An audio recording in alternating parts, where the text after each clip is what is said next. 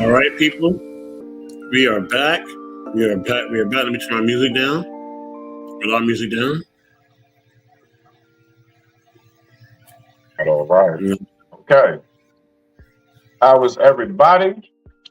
Respect. So, I would like to thank you all once again for tuning in to another episode of Smitty's Corner. Thank you for joining me in my little place. So, as always, I do like to kick things off right. Okay. We're going to go ahead and kick things off the right way. And so, I would like to call this random things that Smitty used to dream about as a kid. Okay? Random things I used to dream about. Because, see, my imagination is out of this world. So, I think that's something that's very healthy is to dream and imagine. So, without further ado, I would just like to let you all know somewhere back in my childhood, I wish I was this guy. Roll it, so.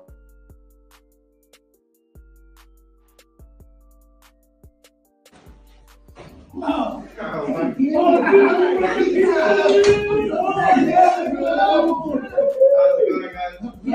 what kind of pizza you got there, dude? Whatever you guys Party up in here, what? Right. Don't drop that Yeah, you know what?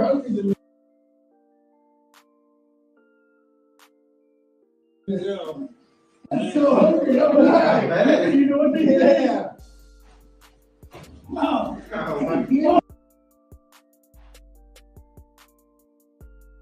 Right. That's right. That's right. Once upon a time, I actually pondered being a pizza delivery guy just in hopes I can run into Donatello and Michelangelo. That's right. That's right. Those days are long gone. Your boy became a chef / barber. So we're gonna go ahead. We're gonna get this thing going. So you want to go ahead and do your pause for the cause? Absolutely. Let me take a quick pause for the cause. Give a shout out to certain people up in here. All right. Let me give a shout out to Real Talk with MZ Limbs. What's going on? What's going on? As always, the link is pinned in the chats all across all the networks. Y'all see it. You know what I mean? You can join from any of them. You know what I mean? Wherever you're watching. Okay. Also, good morning to my man Stan Joseph. Good morning, Stan. What's going on? Also, salute to Motherhood Sex Marijuana Podcast. Make sure that you follow Motherhood Sex Marijuana Podcast on all social media platforms. Follow everybody on all social media platforms, all right? Oh, wow, okay. You're bringing the best moderator in the world. You know what I mean? My sister Tika, what's going on? You know what I mean? Also, salute to my man Grizz. Grizz in the check-in. What's going on, Grizz? You know what I'm saying? And the topic is an array of stuff. You know how we do, Grizz. We have a plethora of options for you, okay? Always, when you watch our shows, it's a buffet, okay? You know what I'm saying? Which makes us a lot different from really any other shows. But go ahead, Smitty. It's on you, and welcome, Tika. I'm glad you're here. Okay, so what we're going to do is we're going to talk about a couple of things today, right? So I would like to go ahead and start this off with a video, okay? We're going to start this off. First of all, let me shout out Top Flight. How you feeling today? Is she there? Sorry, I pressed the wrong button. I'm doing pretty good. I'm doing pretty good today. All right. So yeah, we have a nice little lineup for you guys and everything. So we're gonna start this off. I would like to ask this question. What I want to know is, when it comes to the type of, let's say, the type of woman us as men we want, what do we look for? What kind of things are the key attributes as to, I say, what will make that woman qualified in your eyes as to you're somebody that I see is compatible, right? So I first want to ask you, me and you being the men up here, what would be like 5 things that you would say a woman must possess in order to grab your attention and, for you all to possibly go ahead and commingle? Um, good sense of humor, good attitude, educated, philanthropist, and I'll say philanthropist also loves children. I kind of put that in the same realm, right? Because just love of people. And I would say lastly, I'll throw the community-based driven thing too in the philanthropy as well. So all those are just like one thing really. And I would say the last thing would be,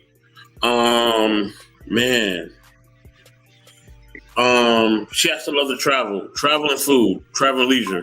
So that's food, travel, leisure, all that stuff. I put all that in one. Kind of trick bag me with that travel there. So okay, all right. Like to travel. I like that. I like that. I mean, that's what's up. We are not stones, sir. Although some of our fathers was a rolling one. So Wait. I just want to make it clear that he didn't say religious. I just really wanted to make that clear here. All right, go ahead. okay. Shots fired early. Okay. So Grizz, what's going on, brother? Salute to you. How you feel? I'm calling. Just got off my job. Just got a new job. I'm calling. Absolutely, congratulations, sir. Absolutely, Yeah. congratulations. Yeah. You deserve it, and I hope everything turns out to be wonderful for you in that. I hope that you excel in it, and One of my find where goals you want to be. Check. That's what's up. That's what's up. So, Grizz, let me ask you a question. And I know that you're married, but whether you want to use your wife as an example and things of that nature, I don't know. So, what are five? What are like 3 to 5 qualities that you would say a woman must possess in order to get your attention and for you all to go ahead and see what it do? What would you say? For me, Yeah. For me, honestly, one of the things, like into acting, acting, anime is one of my all-time things. Like you have to be an anime. Acting, anime, literally outgoing, adventurous. And I'm gonna be a little petty with this one, like into fashion. So acting, fashion, traveling, outgoing, and basically, like, honestly, she has to be into the arts. You have to be in some type of arts, like whether it's acting, modeling, singing, songwriting, poetry, etc.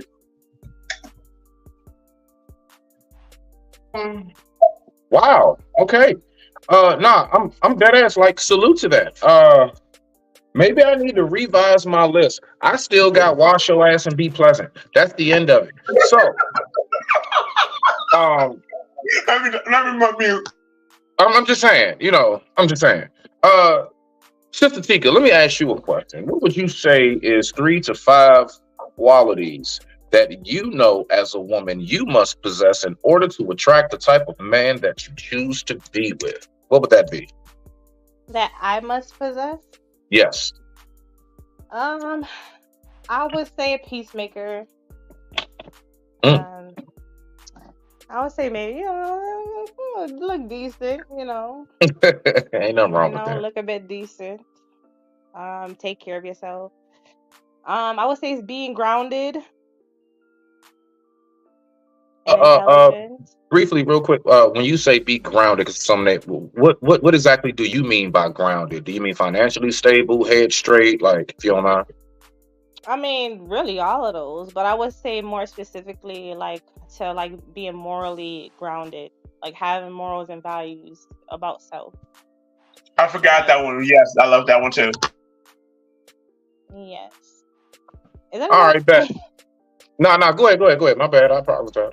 No, I just was. Was that 5? I said intelligence. Mm-hmm. Yeah, I think that's enough. That should be it. There you go. Okay. All right. Salute There to you that. go. Salute to that. I like that. Hmm. So yeah.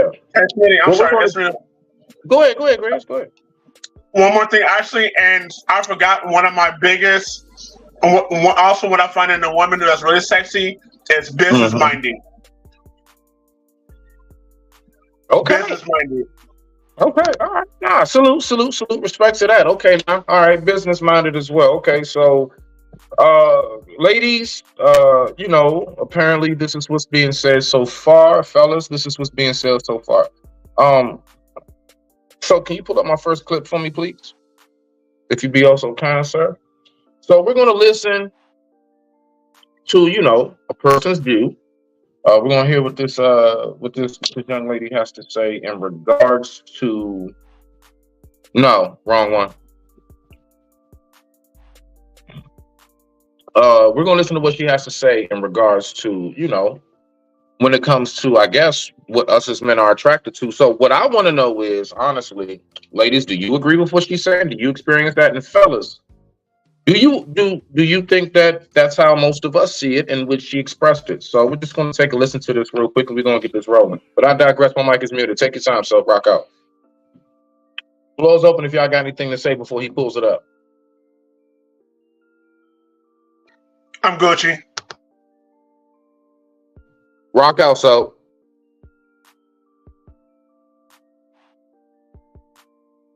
Men are attracted to women that don't seem to try hard.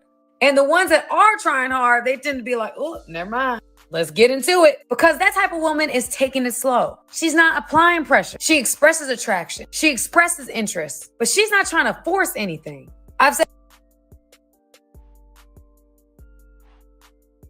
this before. Looks get you in the door, but they don't keep you there. So what about that personality though? A woman who's not about the drama, not about playing games. A woman who isn't for everybody. It seems to have some standards about herself. She values herself. And everybody can see it. She's not thirsty for attention. She's not trying to control the process. She's secure with herself. When a woman values herself, she has standards. She ain't for everybody. She's not trying to control the process. It makes it easier for a man to trust you and therefore desire more from you. Why men are So we heard that there. I heard some things that I definitely see are of true validity as far as the trying hard part. I don't know. Tika, maybe you can help us out because you being a woman and stuff. What do you know possibly when she said trying too hard? And what area do you think that she was speaking on? She was basically speaking on like trying hard to get like attention. Okay. Putting yourself out there. Mm-hmm. Kind of those type of things. That's like Okay. trying hard. Okay. Yeah. So basically, when you got to twerk in the middle of Walmart, just randomly, no music playing. Gotcha. Or in a coffee table. Yep, that too. They do dance on coffee tables in our establishments. That's right. Shit, wow. So, okay. So with everything being said right there, what I'm seeing is, yeah, trying too hard in the sense of like, me personally, I'm the type of person that I'm always kind of like somehow or another, I always kind of find that flower on the wall. That wallflower, right? And generally that's because I'm usually standing right there with them, so we just wound up talking. But I would say that there are people nowadays, unfortunately, who think the opposite. Unfortunately, nowadays, everybody looks at, in order to, I guess, maybe catch somebody's attention and catch their eye, it has to be a whole lot going on in your life. What I've recognized is that a lot of us aren't really afforded the luxury to just comfortably say, hey, I like things simple. I'm not a big, heavy spender.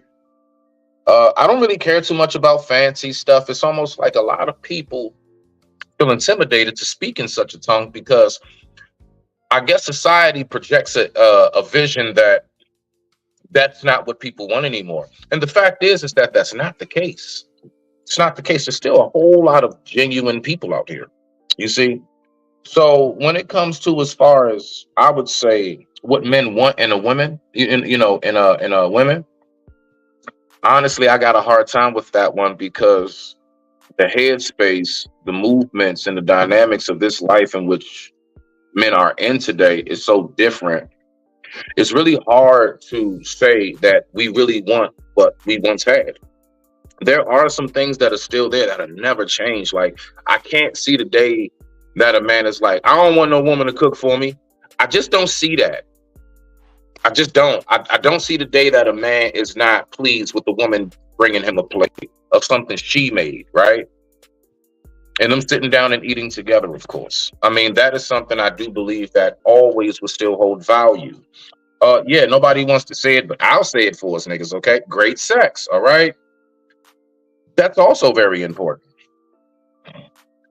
So, things like that, I would say more so than anything is what I see to be, how men operate, because you really cannot say, for the most part, what a man wants in a woman when, like, for me, for example, I don't really care about a woman, for example, being business minded, and there's no shot or whatever. But for example, Brother Greer said it, I want a woman that's business minded, right? So you may have some chicks that think I gotta come to, like, when we at the table eating, I think probably what I need to come out and say is, this is my degree, this is my career, this is how much I make, these are all the places. Look at my phone. See all the places I've been? And then the whole time, you don't know, you may be sitting across from the guy that's like, I really could give two shits about that. Or you could be sitting across from the man that's like, damn, that's what's up. Let me show you all the places I've been. This is all my degrees, and this is how much I made. So you all may mesh in that sense. But with that being said, we're going to go ahead and pass it. Tika, what you got? So what was your take on that and what you just heard? Just overall, what's your view?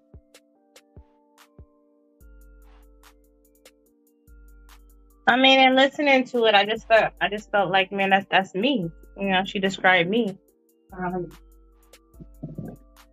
I paid attention. I actually I'm more of like in a shadow type of person. I'm not really into flashy guys, flashiness, Definitely morals and values.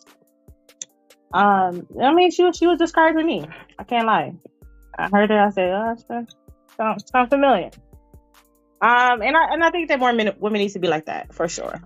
The flashiness, the twerking on tables and shit it's distasteful and it's embarrassing. Ladies, keep your pants on.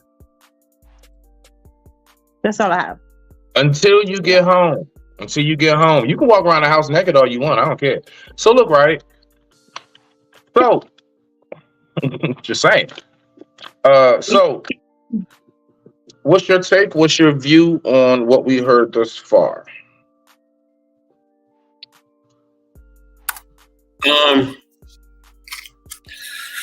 I mean, here's the thing, right?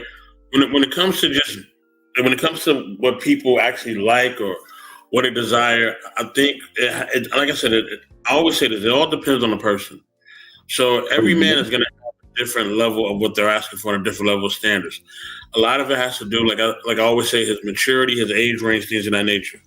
And I'm going to piggyback off of any type of talking points, specifically maybe like a Kevin Samuels talking point, but I think Kevin Samuels touched on a lot, where people, as far as their age and their mindset, kind of what they look for and what they expect and what they should expect or look for, right?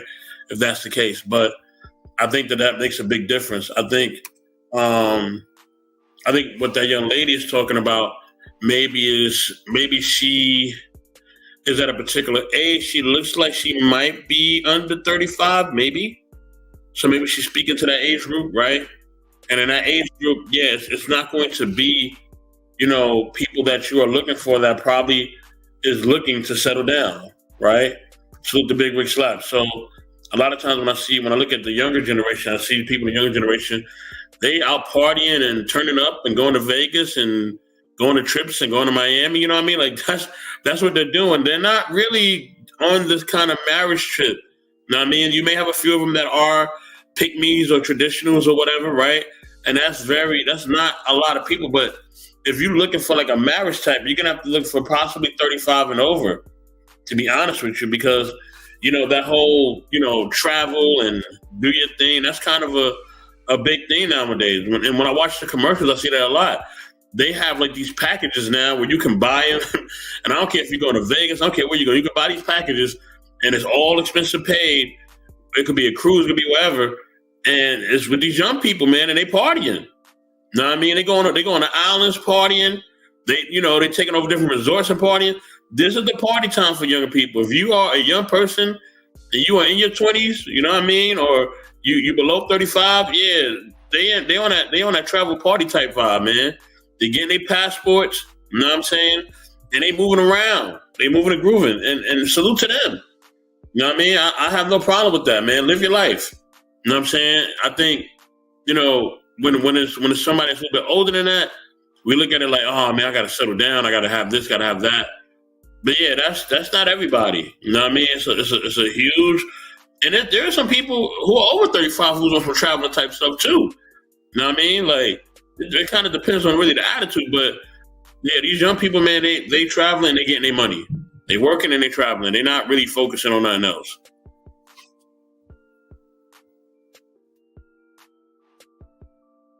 Muted, dog. Got it. Yep. Got you. Okay. I can see where you at with that. See, the thing is, so what I find fascinating, all right, so it's like, look, right, I get it. When we're in our 20s, all right, that's the time where, what they say, young, dumb, full of cum, all that other stupid shit, and, reckless. But there are a lot of from grandparents to great grandparents and stuff, these people settled down in their 20s. So I'm just saying, like, would you say nowadays, right, we're actually behind on the timing in which we should start thinking truly about our future?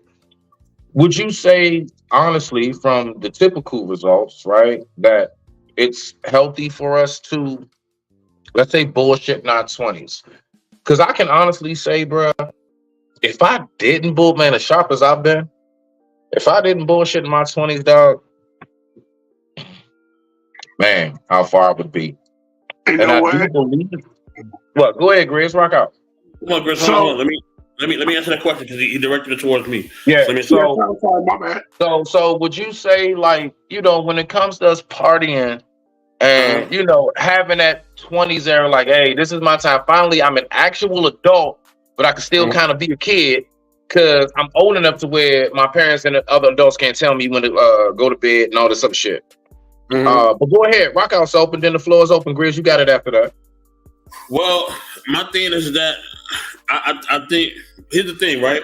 The kids nowadays, they understand that they have to financially be empowered before they have a family. Back then, like, it wasn't like that. Back then, like, a woman would get with a man because, she kind of, women really couldn't work like that back in the day, right? And, they didn't really have, like, the workers' rights and all that, so they kind of had to be under a man, right? They wasn't afforded the opportunities they are now, right? And even if it comes to people of color, period, we wasn't afforded opportunities at all like that, completely. Salute to Embrace the Grace. Glad you pulled up, family. What's good? You know what I mean? So, yeah. And Ruby Doll, too, I see you in the building. What up, Ruby? And also I see Big Rig. What up? I don't know if I shouted y'all out already, but if I didn't, there you go. Had to show y'all love. But yeah, man, with that being said, like, I think that a real major big thing is the fact that now these kids now, like, they want to have their bread kind of in the right way before they have a child. You know what I'm saying? A lot of them. You know what I'm saying? They're not trying to have no kids and kind of be struggling or figuring it out or, things of that nature. So, and I don't blame them. And plus, also back then, you could kind of maybe survive for one. If you could live in a major city, you maybe could survive for one income. You know what I'm saying? That possibly was possible. You can't do that now. You try to survive for one income in a major city, you're gonna be you're gonna be like having to really figure some things out. You know what I mean? It's gonna be a lot of top ramen days. There's gonna be a lot of cold pizza days. A lot of a lot of Frank's. You know what I'm saying? From Walmart and all types. You're gonna be buying food from Walmart and bargain saving all types of stuff. You cannot have a full course meal like back in the day. It ain't like what it used to be. Now, I mean, if you want to survive out here and you live in a major city, yeah, you're gonna need 2 or more incomes, or you're gonna have to, or somebody, at least one of them incomes are gonna have to be making at least 6 figures or more. Just to be completely honest with you, if you're gonna live comfortably or if you're going to survive. Okay, if you do not have that, you are going to struggle. Okay, you are gonna have to get some benefits.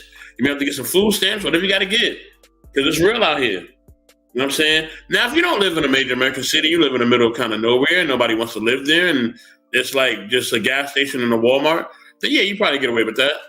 You know what I'm saying? But understand the economics are different there, and if you do find a job there, you're not going to really have a job where you're making a lot of money, because the economics don't really allow you to do that, because it's a small town, small city, and you're not even really able to make money. And the money you do make, yes, it will go back to your landlord or your rent owner or your house, or the car note, or whoever, or the government, whoever is in charge of your living facility. So no matter what, you know what I'm saying, nowadays, the economics don't point to you actually building a family young. You know what I mean? So I think a lot of young people see that. So they're like, nah, I'm chilling. Like, nah, a kid, what? Man, a kid is like owning a house nowadays. What? A car, like having a car and a child and trying to build a family and all that, like, yo, that is some serious economics. And if you don't got your ducks in order, you will struggle. That's just a fact. Go ahead, Grizz. So to capitalize on what you said, Mr. Best, owning the kid is like owning the house. You are absolutely right, 1,000%. And to capitalize on what Smitty said earlier about going unplayed this, like, I think about a lot about my past. Like, if I can go back to in my teens or 20s, like everything that I know now, it's like I probably would most likely be either in LA or working on something right now. But like I do see some of these kids making the same mistakes that some adults are making, like, you know, having kids at an early age and partying and, hey, I'm pregnant and I don't know who the baby daddy is or whatnot. And I actually just had a conversation with one of my coworkers earlier. He might be, I think he's like a few years younger than me, but I told him this. I told him, I said, bro, before you even decide to settle down, make sure you know yourself first. Make sure you know what you want before you say, hey, okay, let's get together. You know, make sure your deck of cards is straight. And then when you have a lady, and I'm just telling her like this, hey, this is what I'm about. Let me see your deck of cards. You know, let's see what things match up. But like, yeah, because like I'm about to be 40 this year, and honestly, even though I don't feel like I'm in the same boat that I was 3 years ago, but I'm more knowledgeable. And but I would say still push, keep pushing. I digress. My mic is muted. Respect. Thank you for that, Grizz. I appreciate that. We got brother Takashi in the building, Jay Takashi. One of my favorite Naruto characters. Next to Yamato and a couple others. But anyway. So round on, let's go. We're gonna have that talk on my channel soon, bro. You gotta join us. We can get it in. We can get it in. I slide over fuck with you. We're gonna go over to Sister Tika though real quick. What's your take on that real quick before we go ahead and get to Jay, and then if anybody, you know, see what else we got going on that before we move on to the next video, because we got a little list. What you got, sis? You mean as far as like our like taking care of your household and stuff? Well, that and like, you know, being young and dumb in your 20s. You know, do you have any stories of when you were young and dumb in your 20s, or you know what I'm saying? I don't know. Some people just walk the straight arrow all their life. I don't know. Not none of y'all here. But no, I mean, yeah, of course, you know, splurging a little bit of money here and there. Honestly, believe it or not, I was actually pretty responsible. I've always been like 100 mentally. So I was like always like that saver. Got my little first car. What did I have? I had a dang. I'll come back to that. But anyways, yeah, I was always kind of How you don't responsible. So remember what your first car was? listen. Oh no. The Listen, color, what you I had a named it, Daewoo. I had a how often Daewoo. you washed it? What? No. I had a Daewoo. It was so terrible. Oh my gosh. Like, oh man, listen. Oh gosh. Oh my That gosh. bad move, didn't it, though? Oh dang, really bad investment. And then I had to get another car that was also. I had a lot of broke cars. I can't say that, but I did keep a car. I'm trying to wait I though. A did lot of keep a niggas ain't job. had a car. And I did keep a job too. So, You know. but no, You know what you honestly, tell 'em? like as far, I said, and I did keep a job too. Mm-hmm. But as far as like, I don't know, not taking care of my business. I don't know. I always took care of my business, but I was a doodle head in some areas. You know, Oh, not right. really obeying the Doodle law head. too much. You know, getting pulled over, all that stuff. You know. But Not you you know, get pulled over. You didn't get pulled over leaving Walmart, did you? no, I did not. Okay, good. Okay, all right. We good. You We ever good. So yes, I do think that we. She always got a criminal story. Always. It's just always. I'm noticing that now. All right, now. Go ahead, though. Rock out. But no, that's all I have. I don't really have nothing. That's it. Okay. All right, Reese, man. Yeah. Thank you for that. We appreciate you. Brother Takashi, what you got so far, man? And salute to you. How you feel? Oh yeah. Shout out to everybody on the panel. Shout out to sharing y'all stories. Jay, when what I was up, in my man? early- yeah, what's up? When I was in my like early 20s, he's actually right. It was more about just working and building up what I wanted for myself in the future. For example, I didn't make any. So one thing I didn't do, like all high school boys and girls get caught up in, I didn't knock anybody up. I didn't have a kid at a very freaking young age. I was very smart with how I moved, had good role models. That's why I never fell into it. Thank God. And then it was just pretty much, you know, a man is his worth of what he builds. So I was told that, and I followed that to the T. So all I did was work. Pretty much, I went to college, graduated, stopped going to college, and then started building up money for myself. Got my first car when I was 23.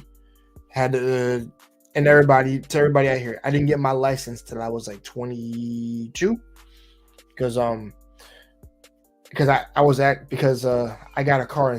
I got offered a car when I was 16. And I didn't want it because it came with constraints. I didn't fucking want it. If I was gonna get it, it was gonna be out of my own pocket, out of my own money, and I paid for that shit. So my own rules, because ain't nobody about to G-check me on my own car. So my first car was a 2001 Contour Ford. I got that. Nothing major. And then over the years, I built up and went from car to car. So my final car right now is a 2012 Honda Accord, and that shit looks a little. What color was your first car, Jay? Color? Mm-hmm. It was winter green. You see that, Tika? Right off the top. Rock out, Jay. No, I know Yeah. my first color was blue. My first car was blue. And then and just to Thank further help you. you guys out, I had a 2008 Altima. It was black. And now my Honda Accord is black too. So yeah. So I went from like winter green to that one to where I am now. And I'm gonna most likely get a Jeep in 2 years' time. But it was just all about building up money for me. And I'm seeing all these other cats out here, like, they're still like, shooting the shit, party and shit. I'm like, I don't do that shit no more. It was just like I said, it was just about me focusing and building up money. Because like I said, I think you really need not be getting married and doing all this shit if you want to pay the cost to be the boss. You got to have the money, and also you got to be able to have a substantial amount of wealth in order to move on from your early. I know we'll get into your early 20s, but from your late 20s to your 30s, and I'm 32 now, so with that, I've got 2 jobs. I own my own business and sales. I do delivery on the freaking side, dude. I work 2 jobs to maintain and to perpetuate my, my financial wealth even further. So, doing that has been a benefit to me because if I imagine me being a dad or me being anything else at a young age, there's no way I would have been able to do that. I don't give a damn what your freaking family, your friends tell you. Oh, you'll make a good dad. Jay, I'm like, motherfucker, I'm not mature enough right now, bro. I got shit to take care of. Like, I don't spend it on games. Like, I'm busy trying to build myself up. And I realized how important it is with some of my cats. Some of my cats got a little bit later than I did, because I realized when I got out of college right away at work. Some of them, it took them to like they were 27 to 28 to start working and take shit seriously. And now it's coming back to bite them in the ass, but better later than never. But that's still not good for them. They because they had to get their shit together. So for me, I think maybe because of who I was around and who I put myself and what I that has a big part to play. Huge. Yeah. Whoever you surround yourself with, and I think that's a lesson I want young boys to walk away with. And by the way, I want to shout out to my man Josh out there if he ever watches this. I met that boy in freaking Tampa. That's one of the most educated black young intelligent black brothers I ever fucking met. And I plan on visiting him again soon, because he's doing wonders for himself after we left that freaking Amazon job. That brother's doing work right now at a company right now, dude. And he's climbing up the echelon from what he told me. And he even just tell me, he showed me a picture of what he got now. He's like, I got my own car, bro. That motherfucker's 24. And he got it. That's crazy. Well, I mean, that right there, that is what I would consider just another tablespoon of inspiration. Right. That comes from the huge big pot of it, right? Right. All He right, works so too. yeah, absolutely, Brody. Definitely thank you for sharing that. Now, speaking of these things, while we're on this topic, before we get all the way to our next video, so you can pull up that next video that you pulled up, so you can get that ready. I want to ask us a question, right? This is a quick sidebar question. I really want to know from us, because I'm getting ready to go in. I just want to let y'all know. You can go ahead and buckle up. I really do want to know, what does the future hold for our guided past? And when I say guided past, I mean the children. Now, I want us to think about this. Where you go for, I don't know, police officers to help you, doctors, the judges, the lawyers in the courtrooms, our politicians, our local senators and mayors and all of these things, right? I just all of the things that helps keep this society running. How do you see the future for our kids, as far as, because I think about these things. One day we're going to be old, and guess what? We're going to depend on these young folks to run things. I'm being honest with this shit. I am absolutely, hold on, did I? My bad. I am absolutely positively terrified. Who's gonna be old? These little niggas, I'm trying to tell you right now, I am scared to death. That's right. You trying to tell me that little 4-year-old that we saw in that rap video holding the money, cussing and stuff, he's gonna be somebody, possibly? Listen, I get it. We have some amazing youth out here, but I'm sorry. I am scared to death. I do not know what this world is going to be like with these little niggas having to be our doctors. I don't trust these niggas to do my surgery. I just don't. I don't want to go under the knife under your child. One day we are going to have to be sitting around and we're going to have to watch them on a political stage.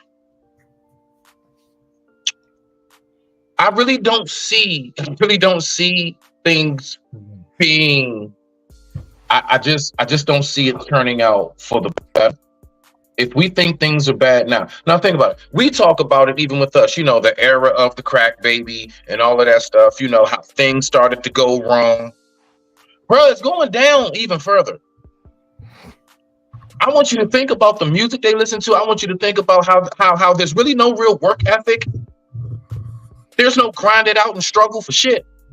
I should have it now because I'm entitled to it. Everything is about quick dollars, scam your way to the top. So with that being said, we're gonna go ahead. We're gonna go like this. Salute. We got Brother Allen in the building. So we're gonna go Brother Allen. Taylor. Yeah. And we're gonna go Jay, Tika. So honestly, truly, do you see things like right now when we need certain things done? Like I don't, man. They're gonna have to fix my cable one day. Listen, I have a list of shit I am so worried about right now. So concerned about. Dude, I'm not being alive, but I know he's right. Like this shit is wild, bro. But go ahead, rock out, Jay. I digress. My mic is muted. You got the floor. Y'all see where we at. Oh my God, you good, brother. Like you making me laugh, but at the same time, I'm not disagreeing with a chunk of what he's saying because somebody's saying he's spitting some facts. Actually, I ain't gonna lie. He's gonna fix my cable. I remember that, man. I'm going to sleep. That's funny. I love that. See, the thing is, I've always said the children are our future, our offspring. Whatever we, like I said, before they get into the world, we gotta make it better than what the fuck it was before they got here. And I know that's a tall order to ask for some of us, because some of us, I've always said black men out here, like, we're trying to do what we can to raise our sons to be very intelligent and not be stupid and follow the line of our, I don't say ancestors, some of our fucking degenerates. The thing is, I think it's going to be like 50-50, where I think there going to be some educated, some of our own being educated, and then some of our own just be like fucking dumbasses, trying to pretend like they're like all that, but they're really not. And also with the influence of all this music, all this like degeneracy and nonsense we got going on, it is setting it up for it to be a shit show. And well, shit. And that's the only advice I tell you motherfuckers is just make sure you buy property in the country sometimes. Like y'all might want to get adjusted with the country area instead of these motherfuckers, because the people in the country know what they're doing. The city folks don't know shit. I think they're stupid actually. Yeah, I do think they are. But how you doing? Real Talk Menzie? Good to see you. But it's more along the lines of, I can't think all the younger generation Smitty will just be all dumb. I think, like I said, I think some will be smart. I think some will be smart. Some will be dumb. But it's dependent on us to make sure they don't turn out to be dumbasses. In a sense, because like I said, because I am responsible for how my kid turns out. Or at least if I'm coaching, let's say I become a life coach. I coach a bunch of young men. I talk to them. I'm making sure they get the, I'm mentoring them, doing things like that make sure that, they come out better than when the fuck they got in, before they first met me and took up my lessons. I can only hope that they'll spur that on to their generation next. So so we'll have more of them and then less dummies. But hey, I am scared like you overall. I don't think it'll be super bad, but it'll get worse before it gets better. We going down, Jay. Rock out. No, you good. Go ahead. That's all I got. Brother Allen, it's on you, sir. It's on you, brother. Yeah, I'm curious what Alan's gonna say. Well, good evening, everyone. How's everybody doing? Hopefully, y'all having a blessed day. Yeah, it's over with.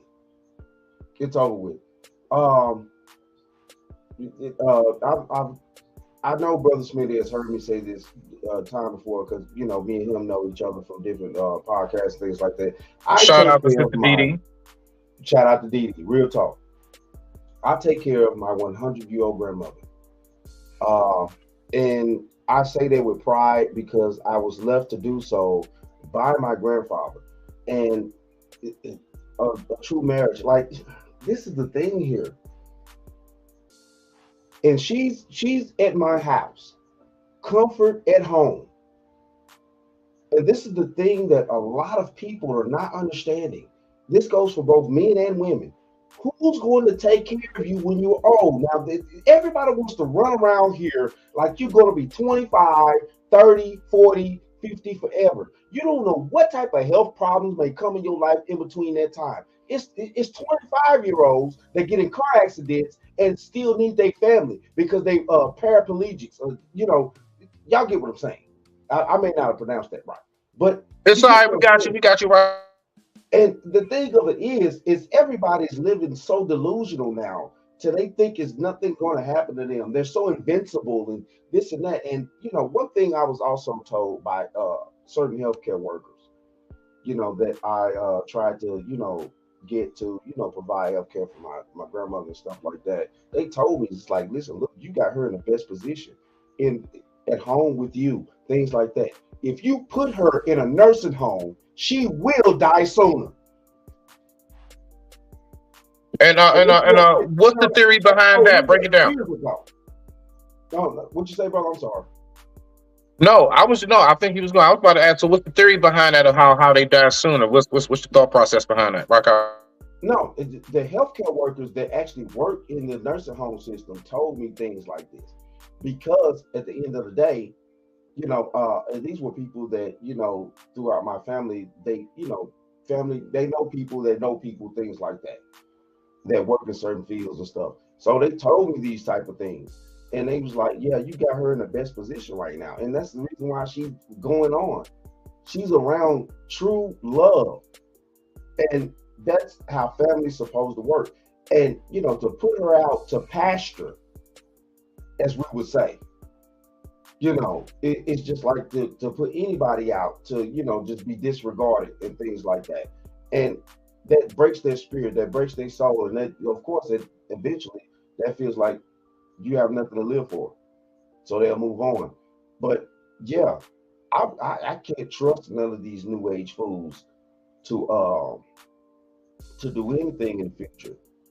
And I clicked in during the moment when y'all was talking about that young boy that was on the mic, and I had a clip. I saw a clip of that on I think I was watching Twitter or either my Instagram.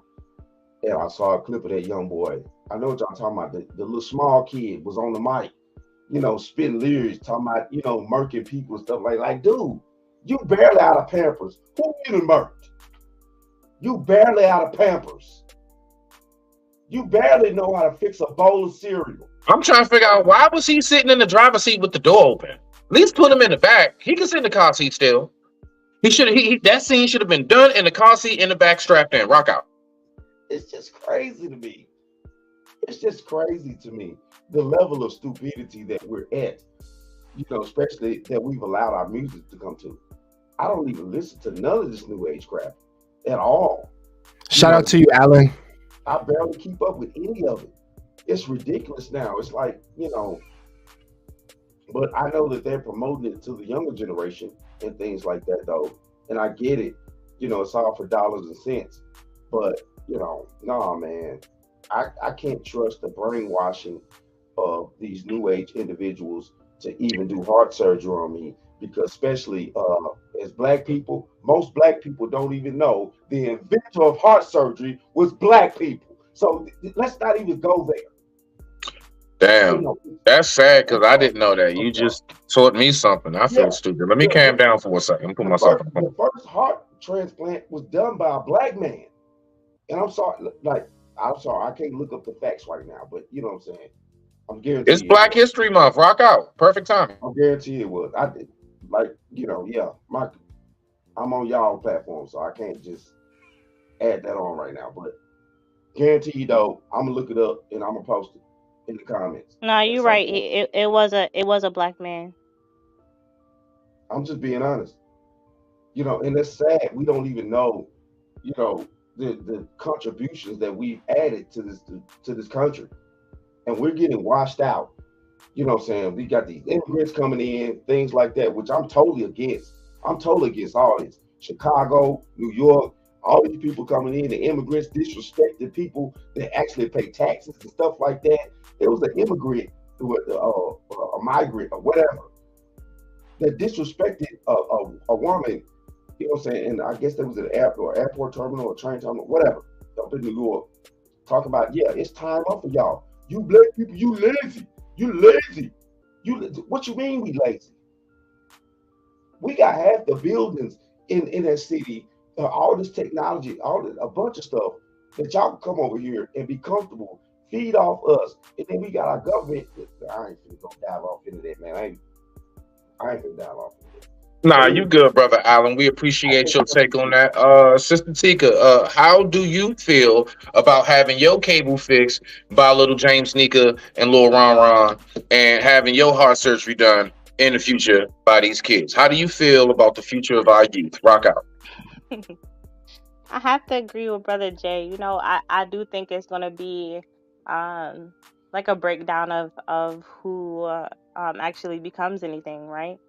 But I can say that I do think that we have to have a little more faith in our kids. You know, I mean, in order to do any type of surgery, you got to kind of go through the school, and it's intense. I mean, are we just acting like people are getting degrees out of like their butts? Or, I mean, they're not falling off trees. You got to put in the work for it. And it is hands-on work. But I am watching, like, you know, some of our youth actually excel at higher rates and inquiring at least a spark of interest in doing or becoming anything in life. You know, owning shit, homes, you know, not wanting to rent, actually having that mind state. Meanwhile, I mean, I don't know. It's very rare that I'm running into people that own houses my age. You know, I had nobody to ask when I did it. So, I don't know. Like, we're not going to act like it's as common as we talk about it. We're not doing that because I know different. How old are you? I am 34. Okay. So, I mean, we're not going to act like, you know, people are actually owning houses like that. I mean, it's not, at least definitely not where I'm from. So I don't know. I do think that, you know, I'm watching younger people. Like, I know this guy that's pursuing to be like a doctor. Like, and he's what, 31? That shit is, yo, that is like mad dope. Like, I mean, it's dope. Like, so, I mean, I'm not going to sit here and not acknowledge, you know, the people that are excelling or inquiring more, wanting more, going after more than I've watched my generation do. So I do have to have faith in that. And like I said, you know, you go through the schooling and stuff like that. I can't trust some of these old niggas. Some of them need to retire. They can't see, can't hear. Oh, shit. Okay? Got to use like machines and stuff like that. I mean, we're not going to act like our doctors are spending like a half of an hour with us when they only come in for like 5 minutes and walk out. Some of these people need to retire. Professors need to retire. You know, Right. Nobody wants to give up. Like, you know, retirement age is crazy. So, I mean, not for nothing, but I'd rather have a young mind that just got out of a book and have, you know, Papa James, you know, that's been doing this for like 100 years.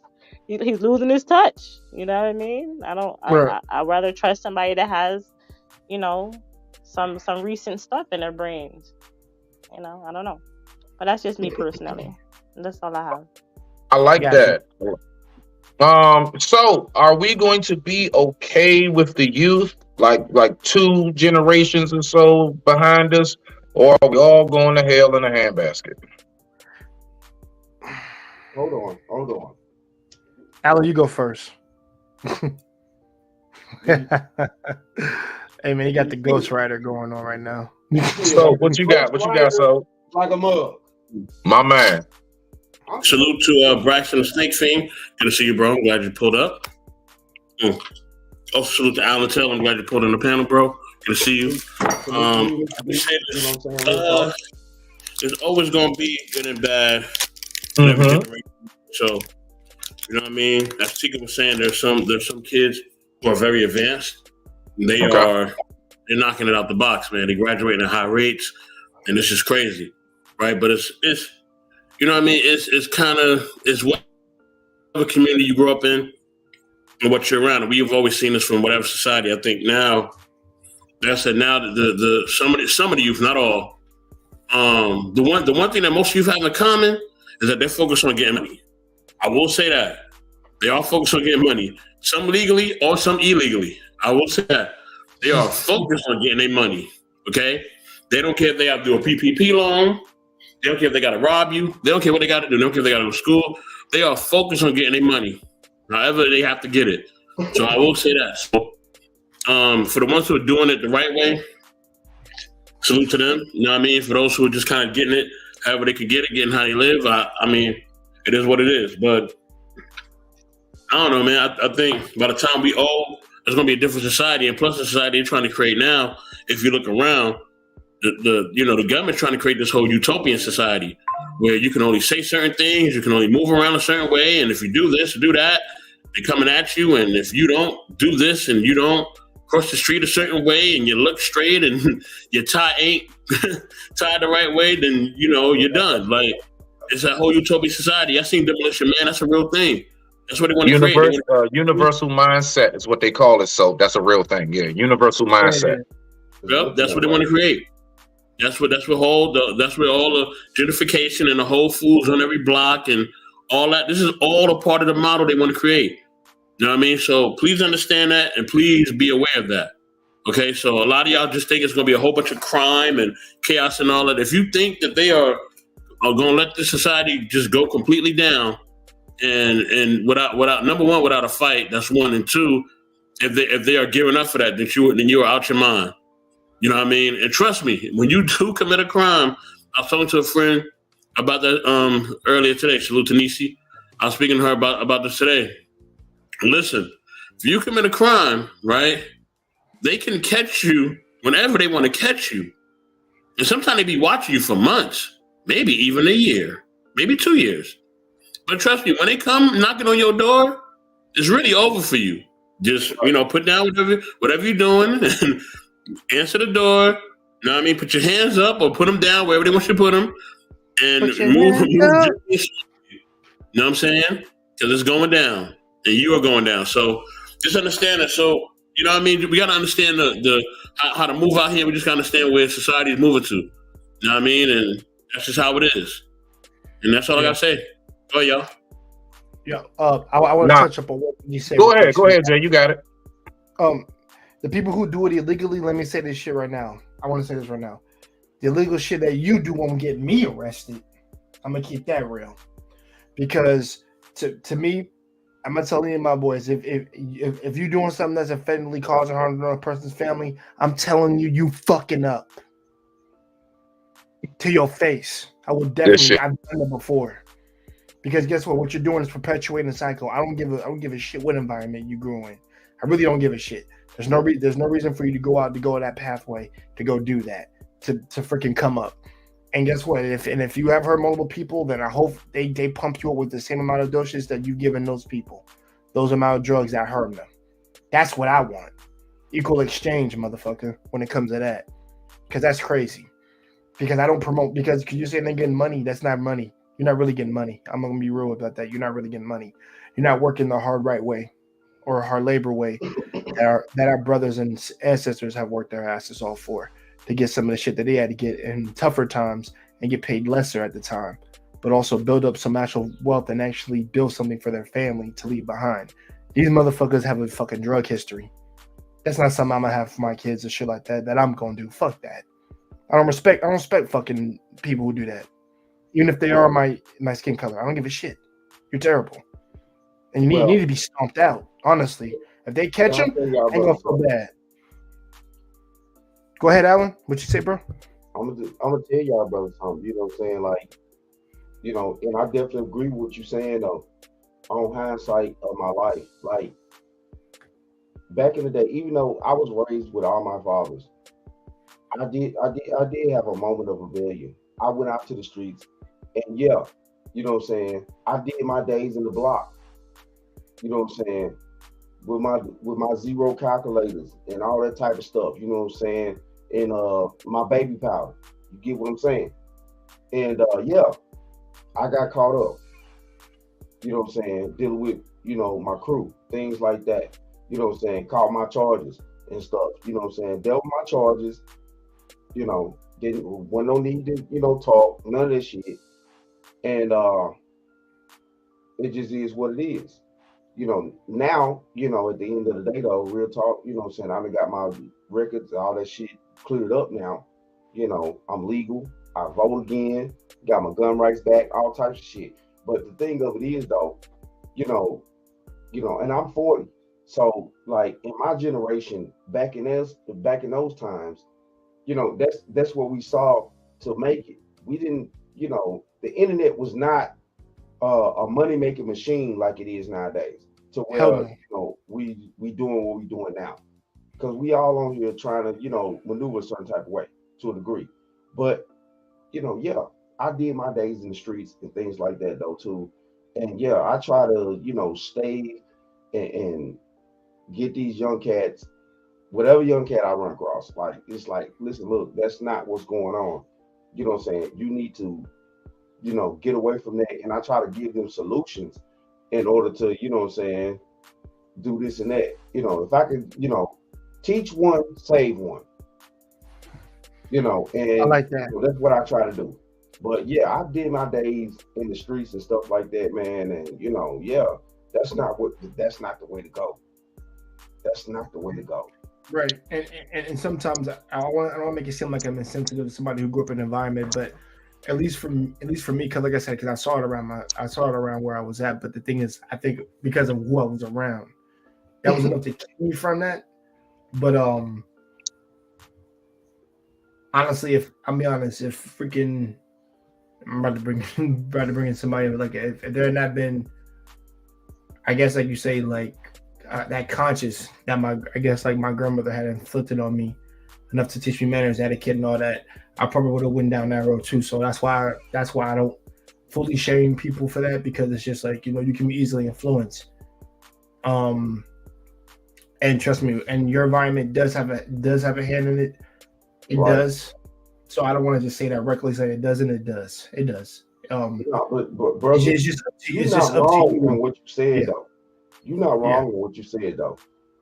If the community had been as strong as it needed to be years ago, a lot of influencing would have not entered our community the way that it did. Rap music, all the type of stuff, East Coast, West Coast, all the type of stuff. If we had been as strong as a people, you know what I'm saying, none of this crap would have really invaded our space. But it did though. And yeah, you had victims of situations, you had men that were victims of the circumstances, which is, not really talked about, and then you had some men that were not necessarily victims, but due to the circumstances of the way things were going in life and the understanding of the way that you thought that you should be as a black man, they went out and tried certain things and tried to, do certain things certain ways. And yeah, it's all a catastrophe. Right. Okay. I guess that's in the history. But go ahead, Smitty. I don't want to keep you from leaning. No, you good. No. I want y'all to go ahead and get your dialogue out. I'm working on some things myself. So look, right. We're gonna go ahead. We're going to move on to this next topic, right? Now, I do hear a lot of talk about, when it comes to, let's say, how our sisters present themselves, and primarily the category that I'm speaking about on this one is the hairstyles, right? So I just want to know from you brothers, like,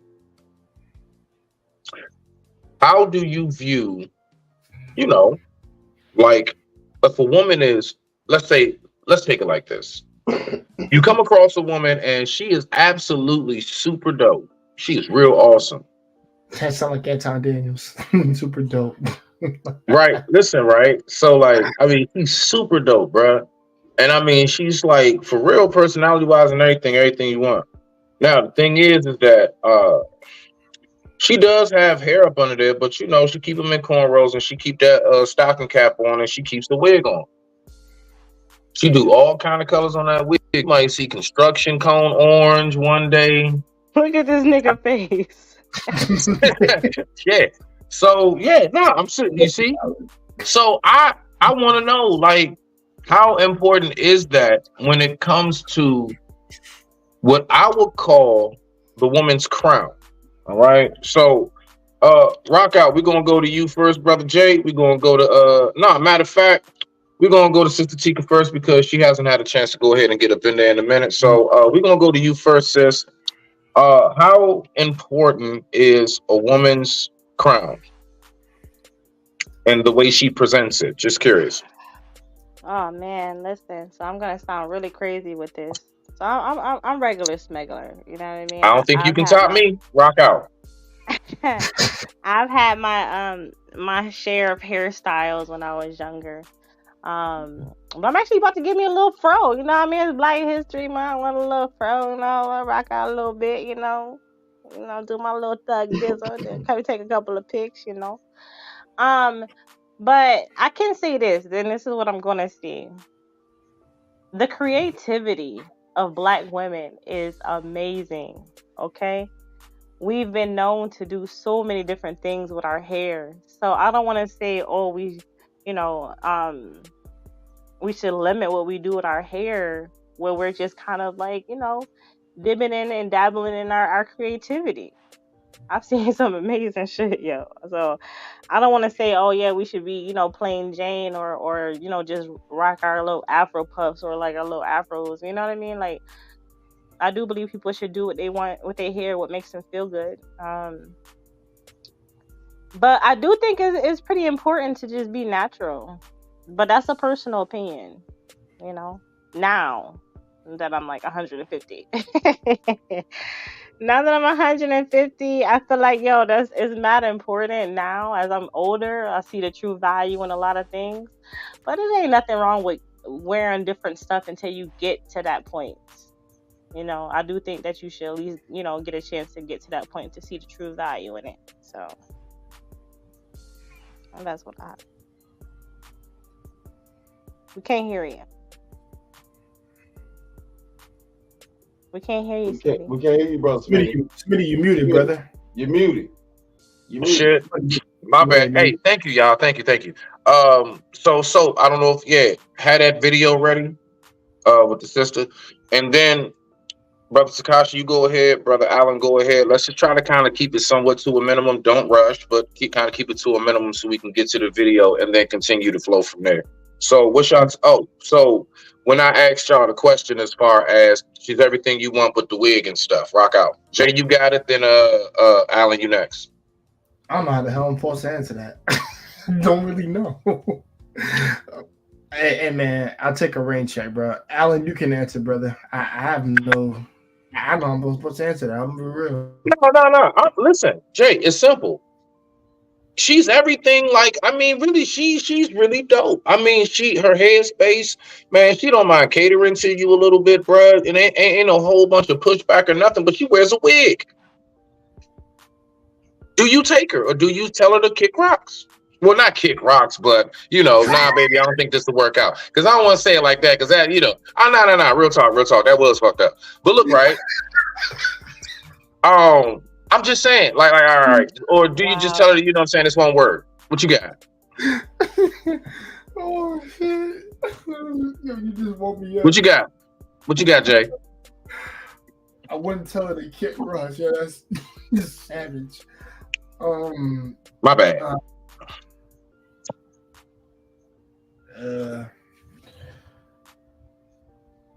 I'll be real. I really don't like my sisters with wigs. I prefer if they just have like even a short afro. Like, I'm cool with that, like sister afro and shit. That's all I got for you, man. I can't say nothing. Allen, go ahead, Allen. Take a reliever. What you doing, Allen? Take a reliever. Submitted you wild, bro. That was funny. At the end of the day, there has been evidence that our sisters in ancient Egypt even had wigs as well. But the thing of it is that, wearing a wig is a different purpose for different reasons. Mm-hmm. No, would I want my woman to have a artificial hat on every day? No, I need for her to get the most sunlight on her beautiful head as possible. Right. Especially as a melanated woman. Sunlight is the best thing for us as melanated people. And you know, truth be told, regardless of how short her hair is, things like that, a lot of women nowadays are destroying their hair. And yes, I've had girlfriends and things like that though too. They put these extensions in their hair and glue and all this type of stuff. And one day you wake up and she may not have that on at that particular day, and you looking at her like, like, who the fuck are you? But Right. that's neither here nor there. That's neither here nor there. I'm just being honest. That's neither here nor there. But yes, I've been there. And her edges is gone and things like that. She's not getting enough sunlight on her head. And it's also too a lot of things, a lot of people don't or not understanding, amongst us as black folks, like we need the sun tremendously. And a lot of our women are not getting enough sunlight, and they don't get enough sun amongst their body and their head, stuff like that. That's the reason why they can't think right. You know what I'm saying? The sun also melts off that dumbness that goes in their mind. But that's another topic. But no, though. No. Good stuff. Good stuff. And Salute to Ruby Doll in the building. I see you down there, sis. All Hey, right. Ruby. Hey, So what's up, y'all? so go ahead. What we're gonna do, because it's real simple. All right, we got a nice little short clip. We're gonna go ahead. We're gonna view this, and then we're just gonna go around the table and just everybody give their perspective on what it is we just saw. All right. With get that them being likes said, up the out rest of there. my mic Get is them muted, likes so up. you know what to do. Get them likes up. Thank you, brother Allen. And the men that I attract are different. I agree. They're different. Like I don't get the hey yo, I don't get that. It's That happened. beautiful queen. How was your morning? I get Okay, so you get a different type of bush. Yeah, basically. I get the grand risings. Like No, but why do you grand rising queen? Can we talk about it? Why do you get a different response? And do you believe that this has something to do with, like you said, natural versus not natural? I feel like long hair down 40 inches feel like compared it's- to not. even to kind of piggyback off her when you said the social media thing, just that Yeah. the overall how people view like, oh, the girl that has the implants, the long Brazilian hair, she wants the man that's pulling up in the Rolls Royce or whatever. The girl that's natural, they look at it as, oh, she's okay with who I am. She's down to earth. She's down to earth. She's She's simple, cool. not knowing that a lot of the natural girls is way more bougie.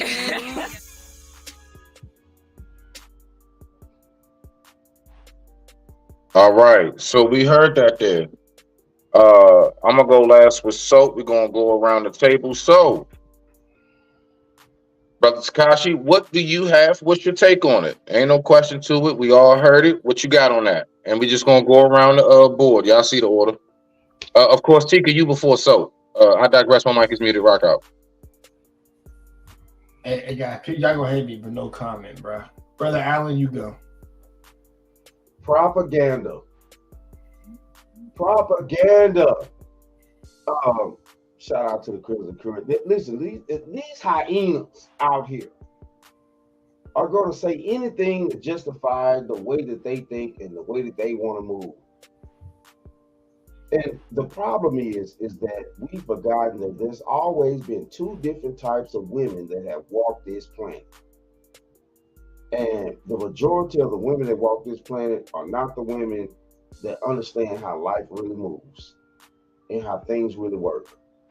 Financially, mentally, spiritually, things like that. No. They want to try to mask themselves as decent individuals, but they're study screaming for things that 9 times out of 10, you don't even fit in that category. It's levels to life. And one thing I know about life is not everybody's not going to be a billionaire. It's impossible. Economically, it's impossible for every man on this planet to be a billionaire. So I'm tired of hearing women talking about all this money, this and that, whoopty whoop. It's impossible for every man to be a billionaire for you. It's impossible. Economically, that would crash society. But see, though, women don't think financially long term, so they don't understand the dynamics of that. That's the reason why they're sitting there on these podcasts and things like that, and they talk about, stuff like this. But natural women who rock the natural way, of course, they're going to be more down to earth. I look at that also as a lot of these women are shaming these women because they choose not to put on these fake facades and wear all these fake things and stuff like that. And that's sad. That's very sad. Real talk. Okay. Sister Ruby. All right. We got Ruby Dog in the building. It is good to see you, sis. First and foremost, how are you feeling today? How do you What's feel today, up? Ruby? Oh, I Feel feel good? like a spicy Samoan, a Samoan jalapeno today. Okay now. All right. It's Taco Tuesday on Monday. Now, that's what I'm talking about. Let's rock out. So, I love it. So, I love the energy. There's a what you couple got of for us? ways. Well, there's a couple of ways that I want to come at this. Number one, I love all queens regardless. I just wish we all loved ourselves a little more. And as somebody who, for instance, watching that video, I just feel like I need to stop talking to you guys and I need to go and tell my daughter how beautiful she is and how her hair is beautiful as it is. It's, I feel like, propaganda is a good word for it. I feel like also that's from a lens of somebody who doesn't even understand what all of that really is. Like, I can understand, I'm listening, I understand it, I can comprehend it. I just don't understand why this is a topic of discussion for people. And I think that there's a lot of disillusion. But what I will say, that for somebody that loves women and that dates women, as long as you can rock out of the house with that same confidence, with your head up high and still be bad without it, we're good. We can play dress up all day. I'll wear a wig with you. Wigs are fun, but I think where we lose the value, it makes you want to stop and be like, why is this even a thing, Okay, all right, I can give it respect. Tika, Top Flight, I know you have some choice words about this whole thing, so go ahead and rock out. We're gonna go ahead and I'm gonna get my partake with Soul. I'm not that bad, Smitty. So I just want to say that I definitely salute to Ruby. Like, we're all dope, the black ones, but I can also say that she was speaking more towards how men approach her as far as the caliber of men and how they have addressed her now that she became natural. It sounds like. And honestly, I can say that, I don't know. I think guys do come a little bit more correct with me since I, locked my hair. I don't know. I'm gonna have to evaluate that further, because I don't know. I think I have a demeanor that's like, I ain't here to play, I'm not here to play. Don't come with no crap. All right, I read through the crap. I've always been able to read between the crap, but it seems like, people are noticing that more than I'm natural. I don't know. It could just be something. It could just be something I'm going with right now. But no, she might have some. It might be some truth to what she's saying. So but that's all I have. I don't really have nothing else too crazy. Okay. Honestly, I would say now to address Ruby, when you was like, I don't know why this is a topic of discussion, things of that nature. Salute to that, sis. Salute. The thing is this. Most men, let me just break it down to you in a very basic way so you can understand why it's such a big deal to us. I appreciate that. Nah, no problem. I got you. In our heads, we're saying, you see me, This shape up, that's mine. This hairline, everything, this is me. When I go to sleep and when I wake up, this is me. All I want is that back. Can I get that back? This is me. This is what I look like. It's not when we See, it get kind of look like a home. toupee. I don't know. I just. You know what? This is why I wear my hood, because I always got haters and trolls in the building. Now, all I'm saying is, like, for the most part, that really is something that's important to a lot of guys. It is that you know, like, now listen, a lot of us, believe it or not, because I've spoken about this before, and similar to what Teak was talking about, right? Okay, there we go. All right, similar to what Teak was talking about. The thing is that most of us don't mind you getting done up, you know, and I've even said this on the panel before, as far as like, think about even the wedding day. You know, your wife is going to go ahead and get doll-like for you on the wedding day. Do you then stop the show and like, ho, what's that on your face, woman? Like, usually that doesn't take place.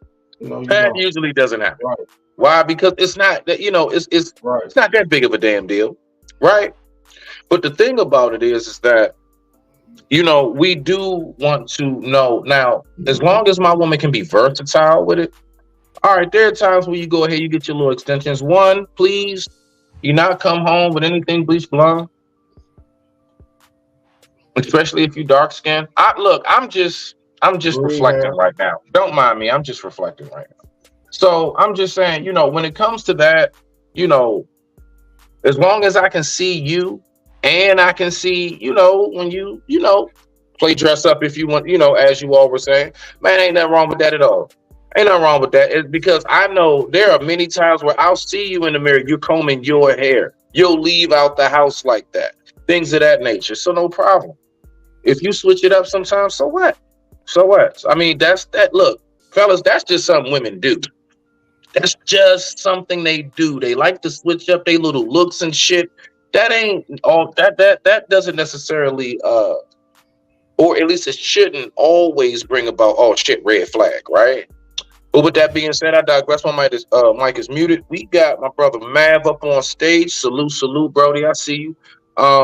So who we going to? Matter of fact, yeah, we're gonna go ahead and go to you, Mav. So, how important is a woman's crown, Mav? So I'm gonna ask you the question that I asked the brothers earlier. All right. You come across a woman that is super dope. She's damn near everything that you want.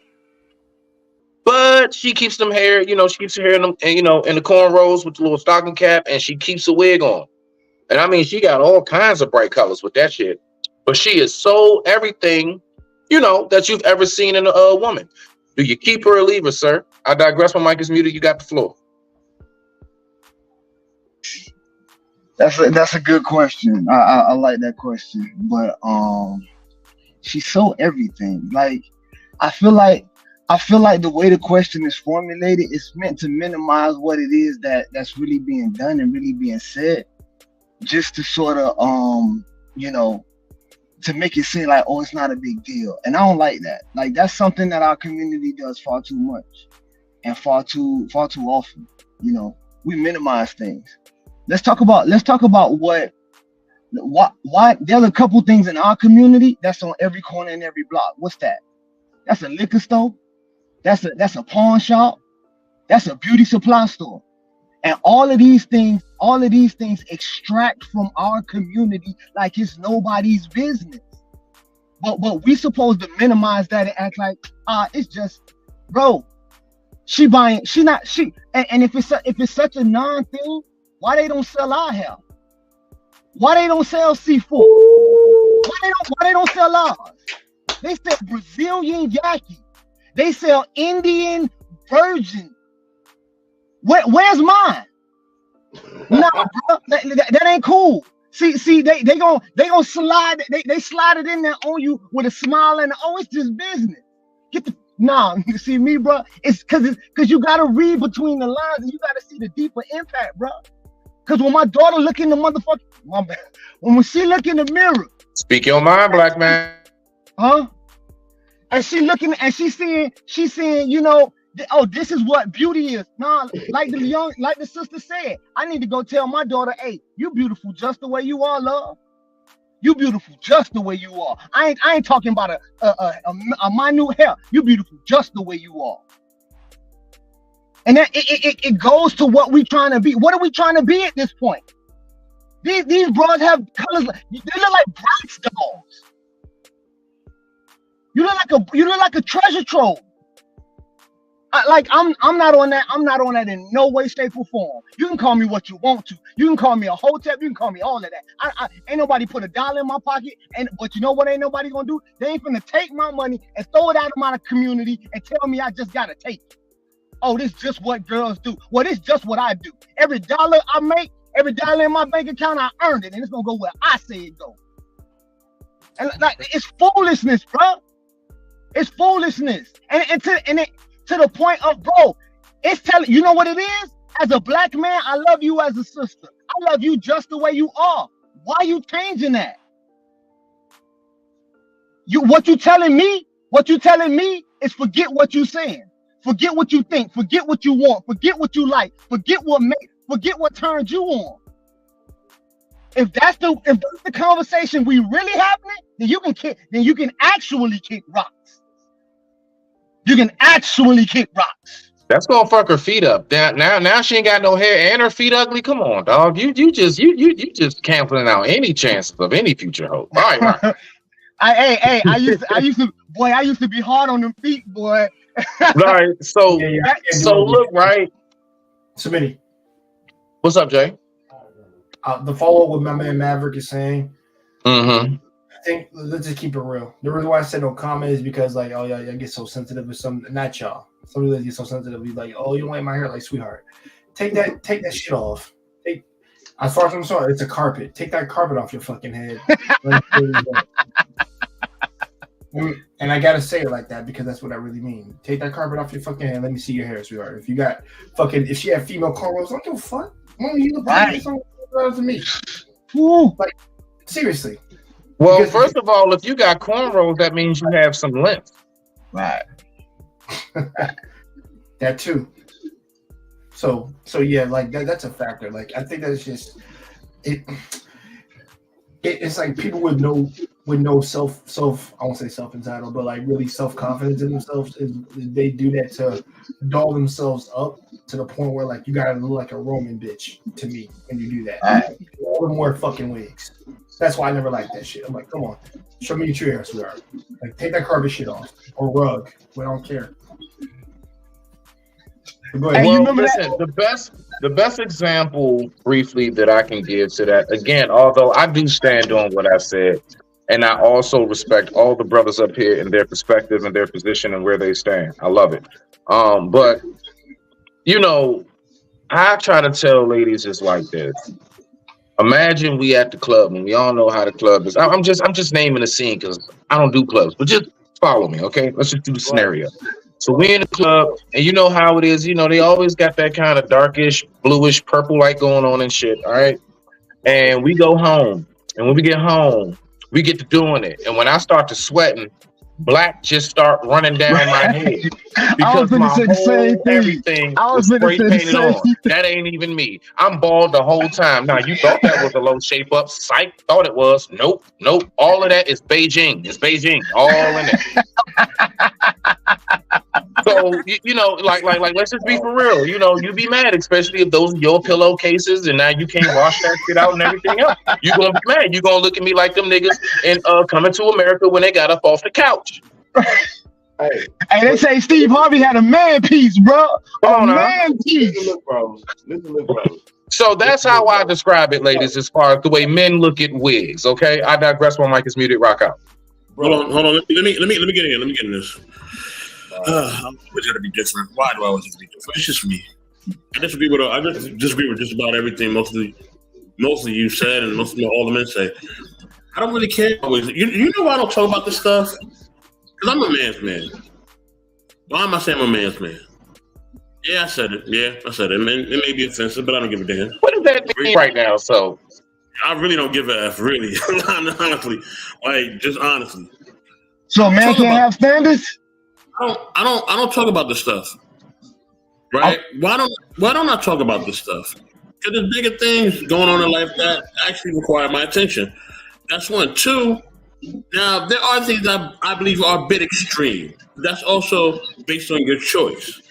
So the BBL things and the plastic surgery and all that, I do believe that's a bit extreme. But that's what I believe, right? So I don't really like anybody with a BBL and all that. I think that's kind of taking a little too far there, right?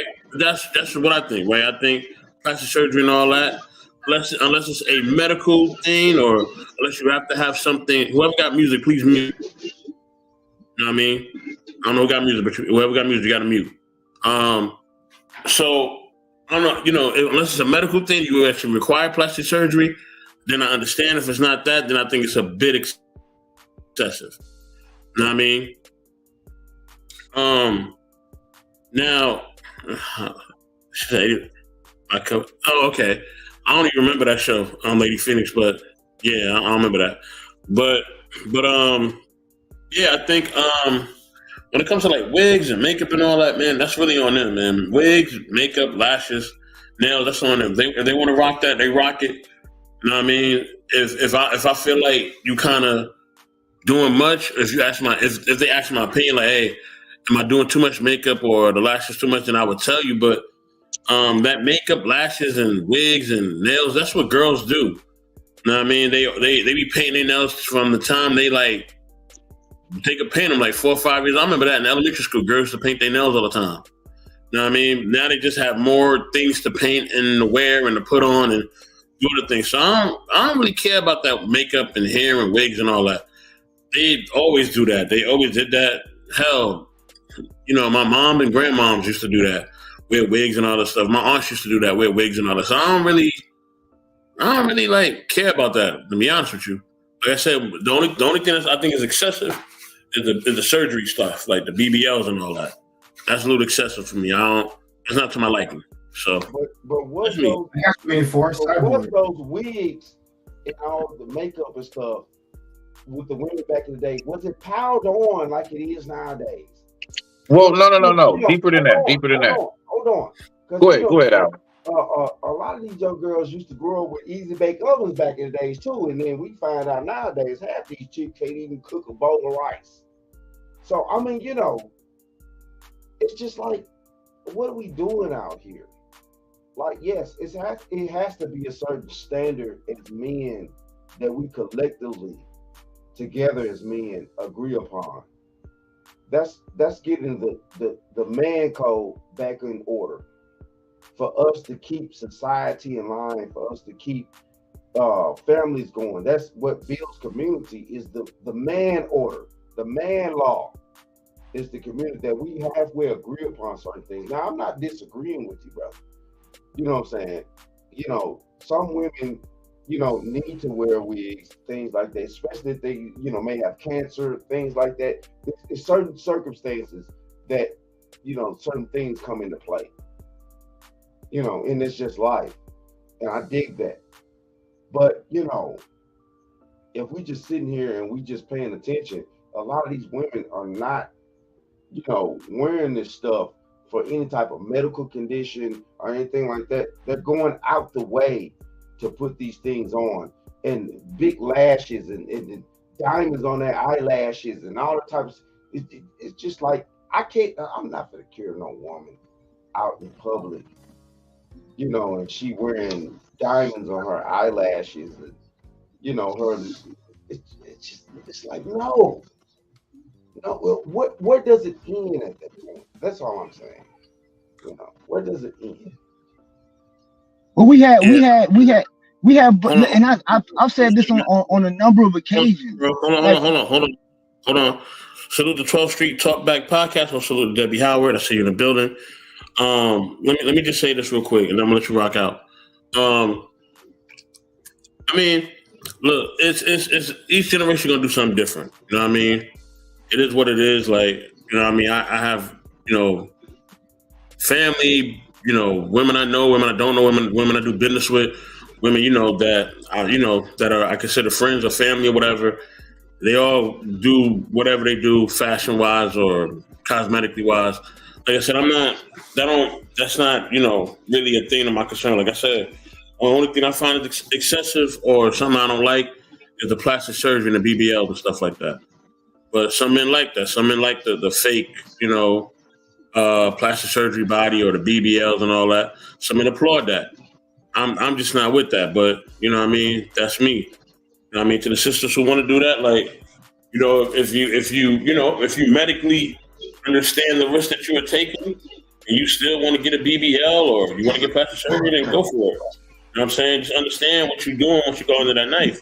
Understand it may not turn out the way that you wanted to turn out. You know what I mean? Especially if you go to the wrong person to do the procedure.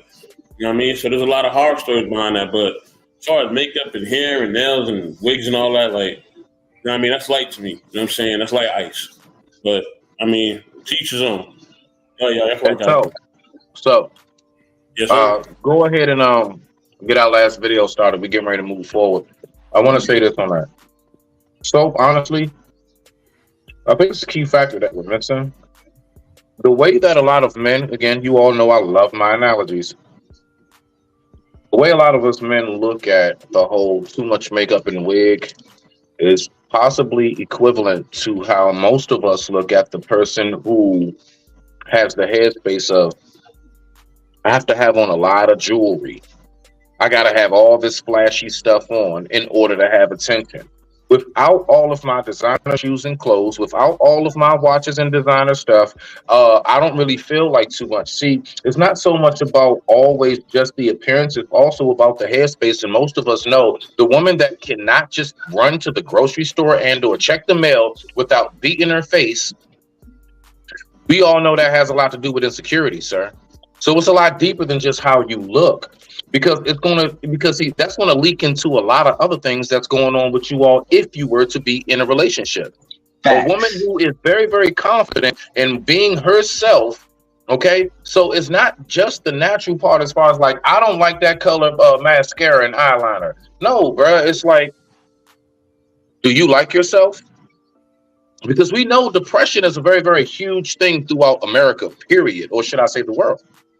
Okay, so that's something that I look at. So I still stand on that as far as, and definitely respect to you and your position, brother. But yeah, the overdoing it and me seeing that you have to be like that in order to feel good about yourself. If you don't have your makeup and wig on, I can't put the camera in your face. You doing a bunch of this running.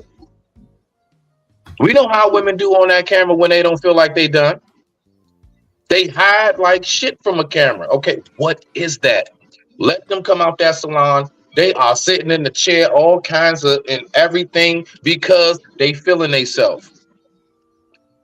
And so are you able to feel yourself in a natural state as well as when you like to play dress up? If you're able to do that, we can rock out. Now, if I notice that you can't do that, then I'm starting to see some things. But y'all can tap in real quick. I'm gonna give it about 3 minutes, and then we're gonna move on to the next topic for the night. I digress. My mic is muted. Floor's open. Let me jump in. Matter of fact, no. Can we get the ladies in here? If either one of y'all want to say something after, Let me real quick. It's gonna be me, Mav, then the ladies after that. So let me say this, right? I think at the end of the day, like, yeah, if they don't want to take a picture without their makeup, without their hair, whatever, that's on them. Like, I don't really trip on that. Like, I really don't. Like, you know what I mean? I don't like to take a picture without my haircut. You know what I mean? Or if I'm not shaved, like, I'm like, yo, get out of here. You know what I mean? Like, because it's not that I don't like myself. I just know I don't look right. You know what I mean? Without my haircut or without me being shaved. I don't even like to go out literally without shaving my face. That's just a thing for me. Unless it's like an emergency. You know what I mean? Because I feel like I feel like I don't look right without me being shaved properly. You know what I mean? And to me, it's also a hygiene thing, but that's a whole another thing, just for myself. But yeah, everybody feels a certain way about how they want to look or how they should look. You know what I mean? I almost about longer than that. 5 years ago, I almost like changed my hair color. Like I almost did like a different color here in my hair at one point. But it's something I thought about, but I was like, nah, I don't want to do it. Yeah, I'm dead ass. What colors were you looking at? So Just curious. I was either going to do Was it Cisco Snow? Was it? Bro, I don't know. Chris, What were you hey, looking Chris for? Brown made this a thing, bro. Chris Brown making this a thing, bro. That shit weird to me. That shit. My hairdresser, listen, my hairdresser want to bleach my tip so bad. I be like, get that shit away from me, bro. It was either gonna be like an old red, or it was gonna be like probably be like a blonde drink, but I didn't know which one I wanted to do. But I changed my mind. I was like, nah, like I ain't want to do the upkeep of it. I almost did a few things in my hair back in the day. I almost did like an S curl processor, kind of like for it to be a little bit wavy. You know what I'm saying? And I was gonna kind of like have it more like more wavy, but like it was gonna be like kind of like a flat top or a high top, but it would have like more waves in it. And I was gonna kind of like you was gonna have a flat top S curl. That's like a mullet, like nigga. That's a black mullet. So like what the are you old doing, NWA. what are we doing? So that's a black man's not mullet. as curly. Yeah, not as curly, but it was gonna be something like that. But yeah, it was gonna be on that type of tip. But that's what I wanted. You know what I'm saying? That's what I want to do with my hair. All right. I ain't want to do the upkeep of it. Before you feel like the Nemo Brown. That point. Listen, this why you gotta have homeboys, man. Hey, man, listen. My niggas tell me, please, if I'm doing some goofy shit. Man, this nigga is not going to the function with a flat top S curl. I'm sorry, bro. You have something. My father raised me for nothing. All right, I'm my own man. I'll figure out what the fuck I want to do for me. Can't nobody tell me shit. And I'm the oldest out of all my siblings. Can't nobody tell me shit. And I said, how am I grown? Believe that. Mav is on you, bro, and the ladies is on y'all. But a wise man recognizes good counsel. You know, that's all I'm gonna say on that tip. But as far as bro, I'm cool. Trust me. Is that it? Oh, okay. I didn't know we were talking to this. But yeah, as far as what these chicks like to like, jumping off on what Smitty was talking about, you know, it's not just about. It says more than just what she spent on it, right? It says that she's more concerned with the opinions of people outside of this relationship than inside of this relationship. And if that's the state of this relationship, this shit ain't gonna work. I don't care who you are.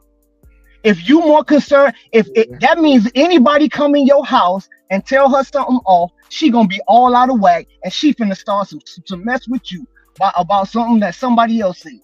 Are you serious? What you just said? You the king. You the king of your castle. So what? So your opinion supposed to reign supreme. So why you out there worrying about what they think about you?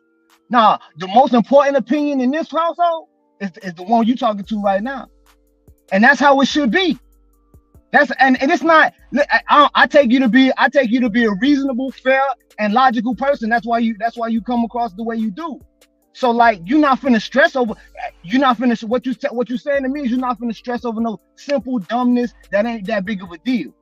But at the same time, if we sit down and I express to my significant other, hey, this something I don't really like, and she already got it in her mind, she gonna do what she want to do regardless of what you think. Then that's the precedent that you setting up. If it can't be something we can talk about, because guess what?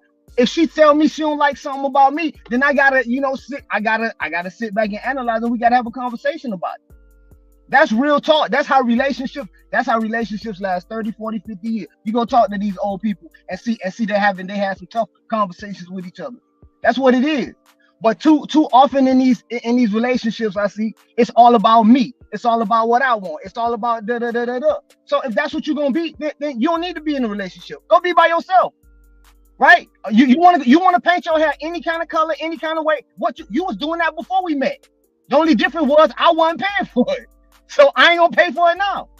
And when we talk about having a standard and upholding the standard, bro, I say this so many times. We had Barack and Michelle Obama as our standard for 8 years. Imagine that woman walking in. Imagine her on the campaign trail with the sexy red, with the half red and the half black. We gotta be aspiring to be better, man. Hey man, it's oh my God. That's what's gonna happen. So listen, with that being said, y'all, I like the way you said that, Matt, when you was talking about who people should go to, so on and so forth. So if you can go ahead and get this last video for us pulled up, because I really want to see where we are. I don't want to hear what the lady's got to say, but I'm definitely going to rebut what he Oh said. shit! Damn. Oh, I'm so sorry, y'all. Right. They've been quiet for a minute. I'm sorry. I mean, I'm sorry, ladies. hello. I mean, My like, bad. Damn. right? I mean, I'm gonna say this hello. though. That's why. Let me let That's this why. shit down. Let me say this. That's why you have to find a person that's right for you. You know what I mean? You got to find who's right for you. I always say that. So, you know what I'm saying? If I want to move a certain way, I'm gonna find who's right for me. And if she want to move a certain way, she's gonna find who's right for her. Like I said, I don't. You know what I mean? I don't really stress over certain things, but other people may stress over that, and they may want her to kind of look a certain way or be a certain way. Me, there's other things that I hold important, you know what I mean, that matter to me, and there's certain things that I really don't care about. And that's just one thing that I don't really care about, to be honest with you. You know what I'm saying? But I mean, I'm not a girl that So just saying he'll keep her, y'all. I mean, ain't nothing wrong with that. Right. I'm not talking to a girl like sis. I mean, why would he not keep her? She's treating him good. I mean, are guys acting like that's not what they want now, or? Exactly. Hold on. So this is what I'm gonna say. If I'm Barack Obama and I'm running for president, no. I wouldn't talk to Barack ain't did shit without Michelle. I just want to. What do you mean? And Michelle don't have the half red and half black. She don't have the half red and half black. You right. Mike. I'm not. Mike, hold on, Tika, hold on. To the brother, I want to talk to somebody like Sexy Red because of her character, not because of what she wears, because of her character. I don't like her character. I don't like the way she move in public. The way she move in public to me is disgraceful. I don't like certain things she do in public. But you don't think the outfit and how she moves doesn't go together? Right. No. A costume is part of a character. A costume is absolutely. There's women who color their hair who don't move the way she moves. Completely. They may, and it don't matter what type of color. They may color part of their hair, they may color a section, they may color the whole thing. But they don't move the same way she moving. I know I'm stroke streaming, my bad. They're moving entirely different than how she moving. You know what I'm saying? So not all of our sisters are moving the same way who color their hair. That's not a fact. You know what I'm saying? Tika, go ahead. I mean, I gotta say that I agree with that because I do wear a blue wig occasionally. But this is what I'm gonna say, right? Look at his face. Hold on. But it is one of my characters. So this is what I'm gonna say. First off, there's a lot of nut hanging in here in this room right now. All right, I just want to make sure I pay attention to. There's a lot of nuts hanging low in this room right now. I resent that. No, I don't resent that. Look at the guy's faces. Yo, I'm gonna make sure I look back at this. There's a lot of nuts hanging in this room. Okay. I mean, y'all gotta let y'all nuts hang, as y'all would say. This is what I want to see. That's really interesting. This is what I want to see. That's really interesting that I am seeing, and I don't know. There's no. It seems like there's no rebuttal to anything that the sisters do. It's no rebuttal that a black man can have. It seems like there's no a black man ain't supposed to have no opinion about the way in which the black community is run. I don't. No, that's not what I said. I just said that there's a lot of nuts hanging in this room. I didn't. That's all. That's let her land her plane, and then we can move on to Ruby, and then move on to Marcus. Go ahead. Yeah, I mean, is y'all trying to land safely or what? Because I could crash this shit. I mean, no. Let me know. Listen, Oh, he rather crash. This is ridiculous, guys. Okay, so here's the thing, right? It is so interesting to me how guys will say, oh, I don't like this, I don't like that. You know, girls wearing this, wearing that, big BBLs, little BBLs, somewhat BBL. But y'all will smash these women. You're smashing them like crazy. All up in the guts. Front ways, back. Look at his face. Front ways, back ways, to the side, butterfly, whatever pretzel I'm hearing, that's a new thing. I mean, but y'all will smash these women. Okay? Pretzel's been around. If there's no interest in these women, why are we giving them mixed messages that they look good, that they're fly, that they could be entertained? Why do y'all not just pass up on these women altogether if y'all have a problem with how they look? Hold on. That's because they're thinking with the little head, not the big head. I'm finna answer that question. Okay, but still, there's no interest. Why are we entertaining these women?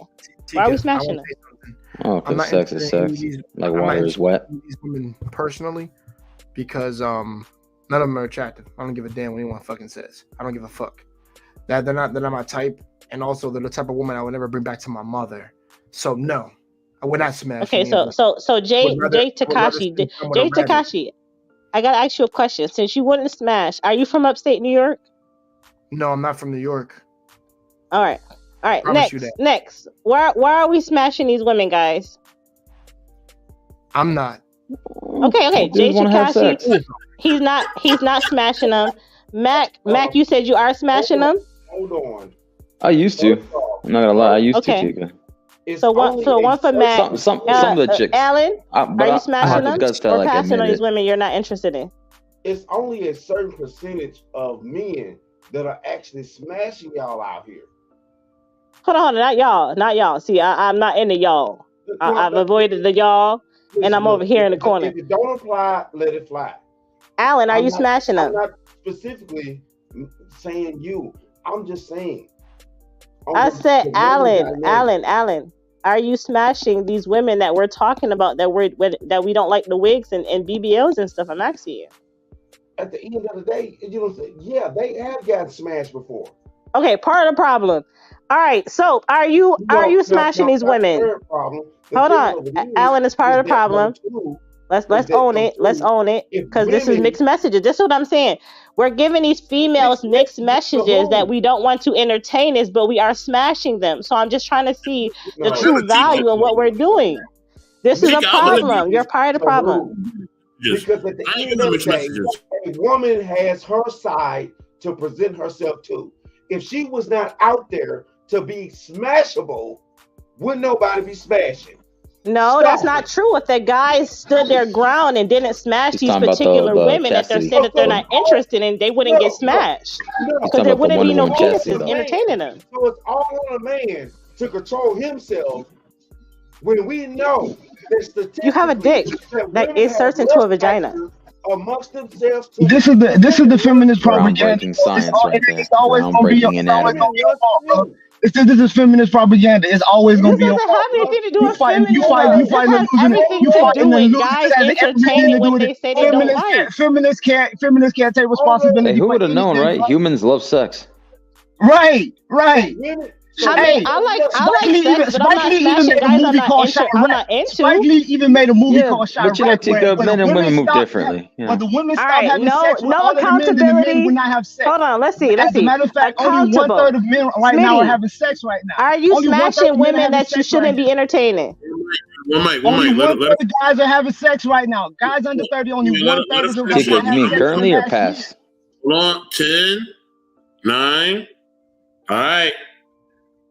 Tika, go ahead All and right, finish. Smitty, are you smashing women that you shouldn't be entertaining? Smitty? Wait, Smitty stepped Currently or past tense? Currently? No. He don't wanna- I just he don't wanna be got accountable. back home. What I It's an irrelevant question. It's an irrelevant question. No, it's not. Smitty, Yes, are it you is. smashing Yes, women it that is. you You can shouldn't say be no, it's not. I can entertaining? say yes, it is. Hold on. What did you ask me?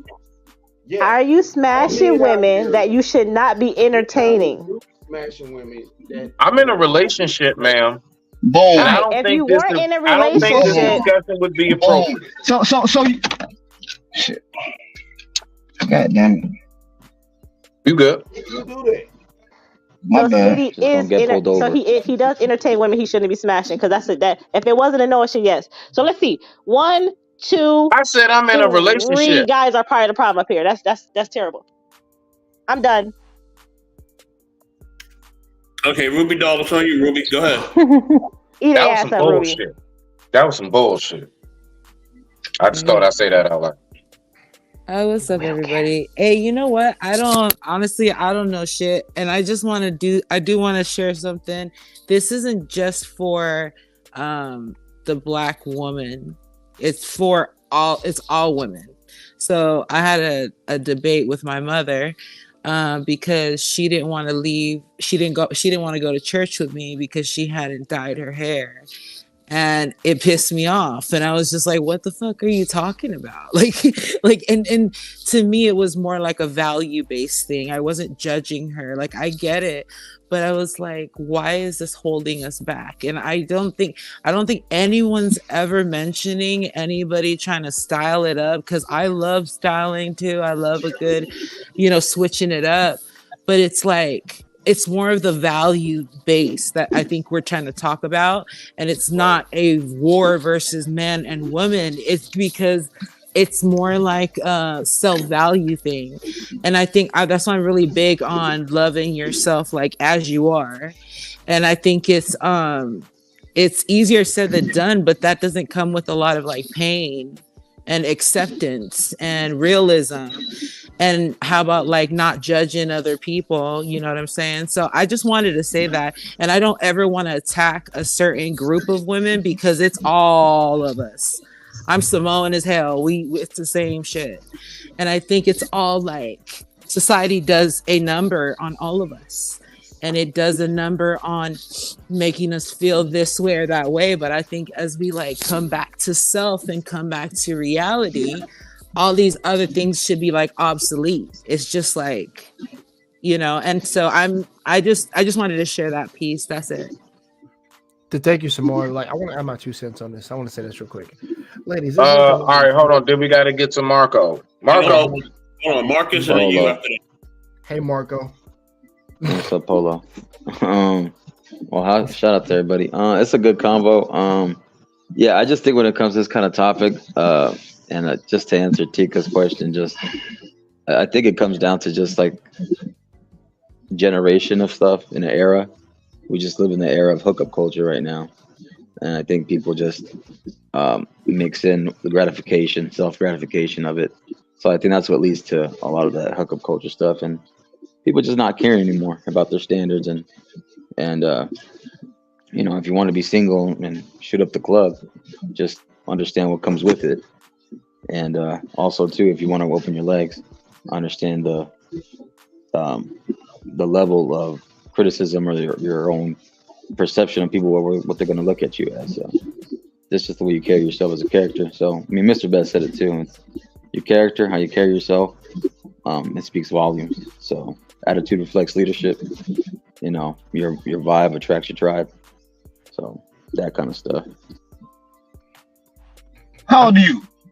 No, if you don't mind me asking, but how old are you? 29. Okay. Yeah, I mean to come out of left field, but you made a particular point about like we in the era of not caring, but like as a student of history myself, like this not the first time this happened. If we look at history, this happened in the 60s and 70s. But what did that set off? It set off the AIDS in the 80s. So we can sit up here and act like all of this stuff is past us, and we can sit here and act that goofy again. But what's gonna happen? What's gonna happen is the same thing that happened then. It's just a matter of time for the right chemicals and the right biology get to the right place, and everybody mixing all these things together, and poof, here comes another one. Like this is dangerous. No, I get you. No, I get where you're coming from. I'm not saying like people care, but we care about the wrong things, and it's like we don't care about respect and the values and like meeting each other's families, bonding, caring about the real stuff that matters in the long run. We just want to care about the short run. Well, hey, can we make a home run? Can we make a grand slam so quickly? It ain't work like that. You have to practice. You know what I'm saying? You have to grow to it. You have to grow your skill. You have to grow your craft. But people want to just get the close end game, quick end game. So it's just like a quick nut. That ain't gonna happen. Like it could, but oh well. What's gonna happen when you get an epiphany? What's gonna happen later? Are you gonna do something about it? Are you gonna change? Are you gonna grow? Are you gonna grow with this person? Do you just want to release and just go back onto the streets? Then fine, to the streets you shall return. But sooner or later, people are going to sit down with themselves, and they're going to be like 5 years, 10 years, 15 years down the line. You see that lady or that person at the party sitting by themselves. Do you want to be that person? You want to be the person being celebrated with the family? And I think, some people, if they're not around their friends, you sit down with them by themselves, they're going to actually tell you who they really are. Fuck trying to impress everybody else. Who do you really want to be, and who do you want around you? and what do you want to be like? So I look at it like that. So, you know what I'm saying? So I just don't think people don't want to put the time and work in, and people are afraid to get hurt. Right. I agree with Marcus. I think it's more of some people try to put on facade to hide how they really are, and I ran into plenty of people like that. I almost fell into that trend, but I didn't do it. Like I said, I was very fortunate to have brothers to be like, brother, you gotta level up. You gotta be able to walk in be comfortable in your own skin, things like that. I got the same prep talk from my brothers, older brothers, to make sure I wouldn't follow that dumbass line. And it's just like, it helps. But the thing is, we're such, I swear, this is the most insecure of a freaking era of people that I've freaking seen. Like I said, this era is full of, I'm going to say it and pardon my language, this era is full of bitches. I just got to say it. Like we got these people, everybody is so sensitive of anything being said about them in a negative, or I'm not even going to say negative, in a destructive criticism way, that they can't take constructive criticism. And it baffles me. Because I'm 32 and I'm like, dude, I grew up on these principles and morals. And it's like, Nick, motherfuckers just threw that out the window. And it's just like, it confuses me sometimes. Where it's like, where it's just like, Jay, because we actually had a conversation recently about this, especially when it comes to us growing up. Where my boy asked me, yeah, Jay, I think I'm somewhat smarter than some people in 25% of the population. Well, what makes you think you say some shit like that? Because this current fucking generation, they can't use fucking critical thinking or common fucking sense. Common sense is not that fucking common. And a lot of people can't do that. Goes back to why I don't want y'all doing my surgery or fixing my cable. Rock out. Right, bro.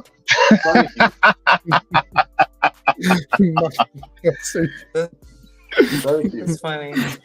Yo, everybody trying to find a pound of view. Everybody want to, I want to live forever. And it's like, listen, look, no, that's not going to happen. Right. And like I said, it's the era of the generation that we're in currently right now. And to what Maverick and what Marco, aka Marcus, is saying, I'm going to keep calling you Marco. That's funny.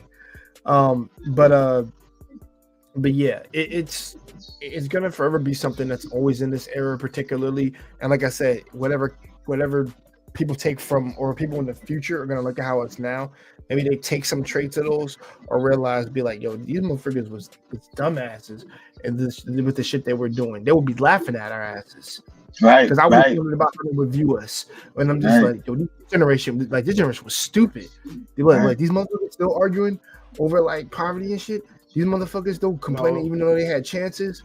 These cats still fucking complaining about other stuff. Like, bro, I swear to you, if I was one of the people in the future looking at this history, I'm like, yo, this is shit. That's what I would say. No, we're all together. I'm sorry. I have to disagree with that because, to be honest with you, if things are the way that they are now, we're having the problems that we're having now.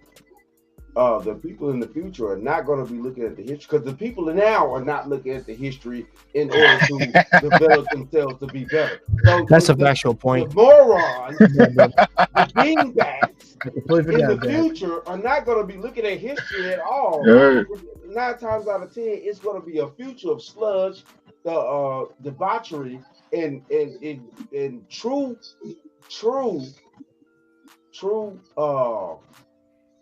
What's the word I'm looking for? It's going to be true. Providence? No, true dominance in the future. With the media, all the types. It's going to be true dominance in the future. It's not going to be people that are actually going to think for themselves. It's no way that they're going to be thinking for themselves. So you said like the collective hive mind, basically. But that's been happening since the dawn of time when it came to whether it's scriptures. Yeah. Whether it's media, whether it's whatever you're putting on your TV, your phone, whether it's TikTok, I call it TikTok, even though it's TikTok, but it's also, you have the OnlyFans, you have certain things on Instagram, you have other outlets where the debauchery is pedestalized. It's just the way that it is now. I don't agree with it. I think it's wrong, and I'm just as disappointed in those simps, but hey, keep those guys over there getting the hell away from me. Though I like how Joe Rogan said it. Those I can't catch a break guys, those guys that are like lazy but they want to be ambitious, but they're just lazy. Get those guys the hell away from me.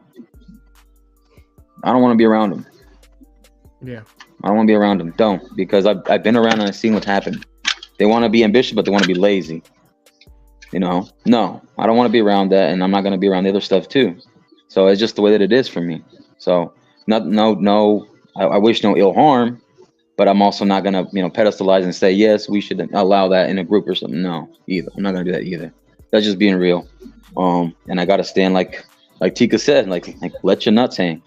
And I agree that with a respectful way as much as possible.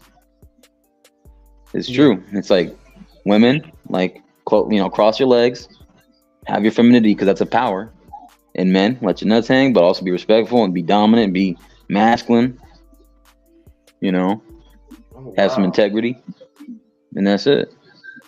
The way they say women cross their legs, that's gonna be hard. But say that again. Brother Smith. Last thoughts. We're gonna wrap it up, and we're gonna go ahead and get on to this next topic because we're gonna have plenty to say on that for the evening. Exactly. Yeah. Let's keep it moving. Yeah, my bad, Smith. Let's go. Let's go.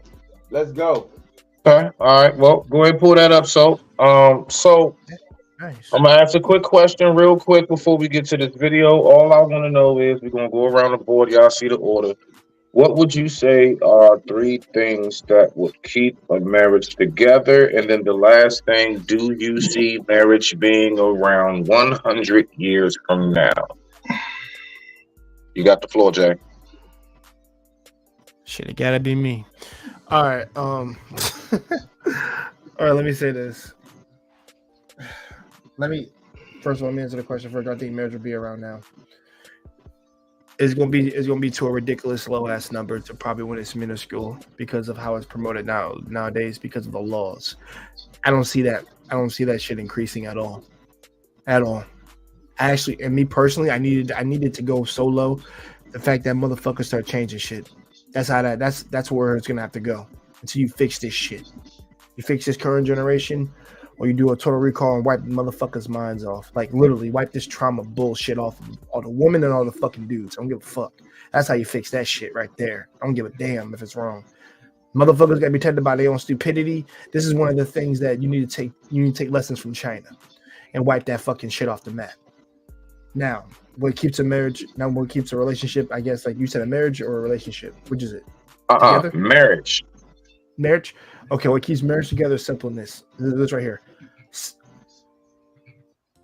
Complete unselfishness from the woman and from the man. Simple enough. The man knows what he has to do. Truth, honesty, truth, same thing. Honesty, loyalty, love, and compassion. Simple enough. There's about 5 things. He said 3 things. Yeah, no, he took all this out already. Hey, that's okay. We hear more than enough shit that don't go. I'm messing with you. Hey, throw them sprinkles in that cherry on top of that cake, Jay. You good? I got you. You know it. What you call Alan? It's on you, Mav. We going around the board. Rock out. Man, stop it. Stop it right now. Child. What happened? Man, what just happened? Hey, what happened is that no, it's not going to. Man, the way that we're going, regardless of what race and things like that, especially in these free world countries and stuff like that, it's not going to happen like that. Marriage is going to be over in 50 years. It's already over now. But you want to talk about in the future when our generation is going to be the elders and really need to be taken care of and stuff like that. These children are going to be out here loose. They're already loose now. So, you know what I'm saying? It's like, and that's what scares me. And that goes back to what we talked about earlier about, the elderly being taken care of. it's a part of society that is forgetting that humans grow old, and we're forgetting our elders and things like that. Yeah, elders are going to be pushed out of society like a mug on a big level if we don't get this thing together. But I don't think we're going to get it together. I really don't. I have no hope in it.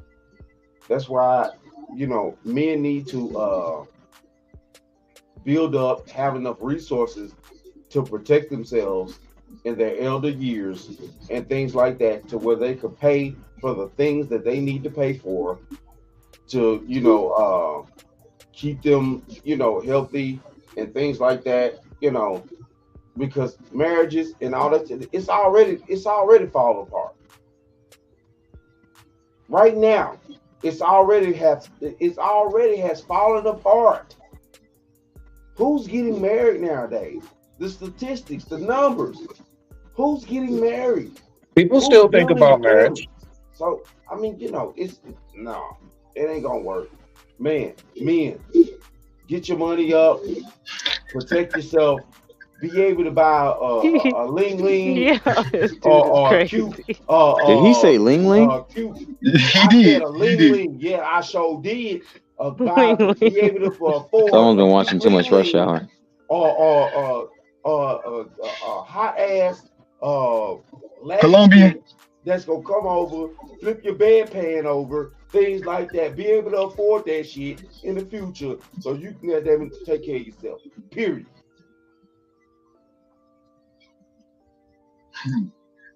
True enough, Debbie. It's on you, Mav. It's on you. Going around the board. It's on me. So I'm more of a globalist mindset of it, and I see it from a more 10,000 feet in the air view. Okay. Marriage here in the States has been going through this weird thing since the 90s with the whole don't ask, don't tell. They just been trying to redefine it and things of that nature. But as we see with the more conservative Supreme Court justices that have been put on the course, they, like the liberals, know that this could be bro. When I was growing up in the 90s, bro, overturning Roe versus Wade was not a question. Overturning affirmative action was not a question. It was a non-starter. It didn't even get talked about. Both of those things have happened. Both of those things. So like there is a conservative turn that is clearly happening here. What has happened is liberals and the feminists they've just gone too far. They've gone too far. They've defined masculinity in its essence as utterly toxic, deferential, dangerous to society. And I refuse to accept that my mere existence is a danger to the world. It's absurd that I have to explain that to sisters. But I digress. This is what but so as that pertains to the way marriage is here, I see some promising things. Not as you said, not in the statistics and things of that nature, but statistics tend to lag about 10 years. We need to get enough time. Gen Z is still in elementary school, or Gen Alpha is in preschool and things of that nature. We won't begin to see the statistics on the way they feel about these issues and the way they see. But I do see in some of the Gen Zs, they looking at the misery of their aunties and sisters and cousins of the millennials, and they like, girl, I need a man. Like they like you tripping. That coupled with the fact that outside of the United States, like we look at Africa, we look at Congo, they're putting it in their constitution. Oh no, it's man and woman, woman and man. This man, woman. This y'all confused. And so what we see is around the world, America is losing its grasp on this dominance that it had, because we've changed from a place that influenced people with ourselves, with our our diplomacy, to this saber rattling nonsense. Like people actually wanted to be American. People actually wanted to be American. But we look and see, and it's not. And the crazy thing about it is, it's not one side or the other. We saw when the conservatives were in power, they shut off the 501 visas. Okay, cool. That's a great idea. It helped a whole lot of more black folk get into these universities. It absolutely did, because they didn't bring these Asian people over here to fill in positions. But what did China do? After they done sent all of their people over here to get this good ass education, they said, okay, come on home. We got jobs for you. So it's like we cut ourselves, we shoot ourselves in the foot one way or the other. So when I look at that from a globalist perspective, around the world, people getting married the same way they always have. And when you think about the poorer countries, the third world countries, most people in the world live off less than $2 a day. And what has traditionally been the greatest source of wealth accumulation in the lives of individuals and people is getting together as 2 or 3 or 4 and building a family. Walmart is a family. Rockefeller is a family. Ford is a family. These family names, bruh. Like, this is how that's the real problem in our community. We don't understand wealth is accumulated by the name. Tommy Hilfiger is a name, bruh. Like, but we spend all of this money on this dumb stuff. Like, we need to be building families. So I don't know if we will ever get it. I think there is a conscious effort that we don't ever understand that. That's why generation after generation after generation, we don't get that. But guess what? Like my man said, get you a Ling Ming. Hey, you know what else on every corner in the black neighborhood? A Chinese food restaurant.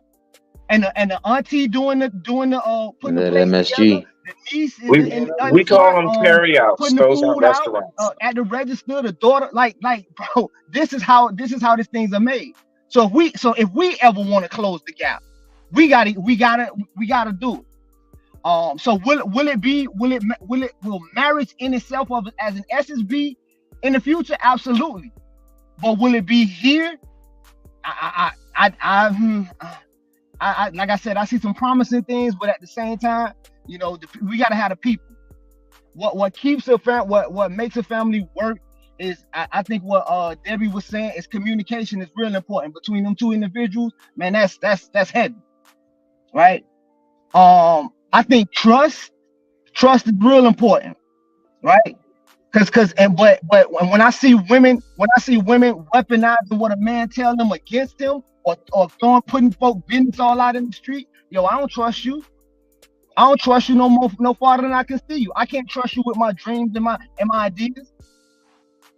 And the last thing I think that makes marriages last, you know, the number one cause of divorce is it's financial reasons.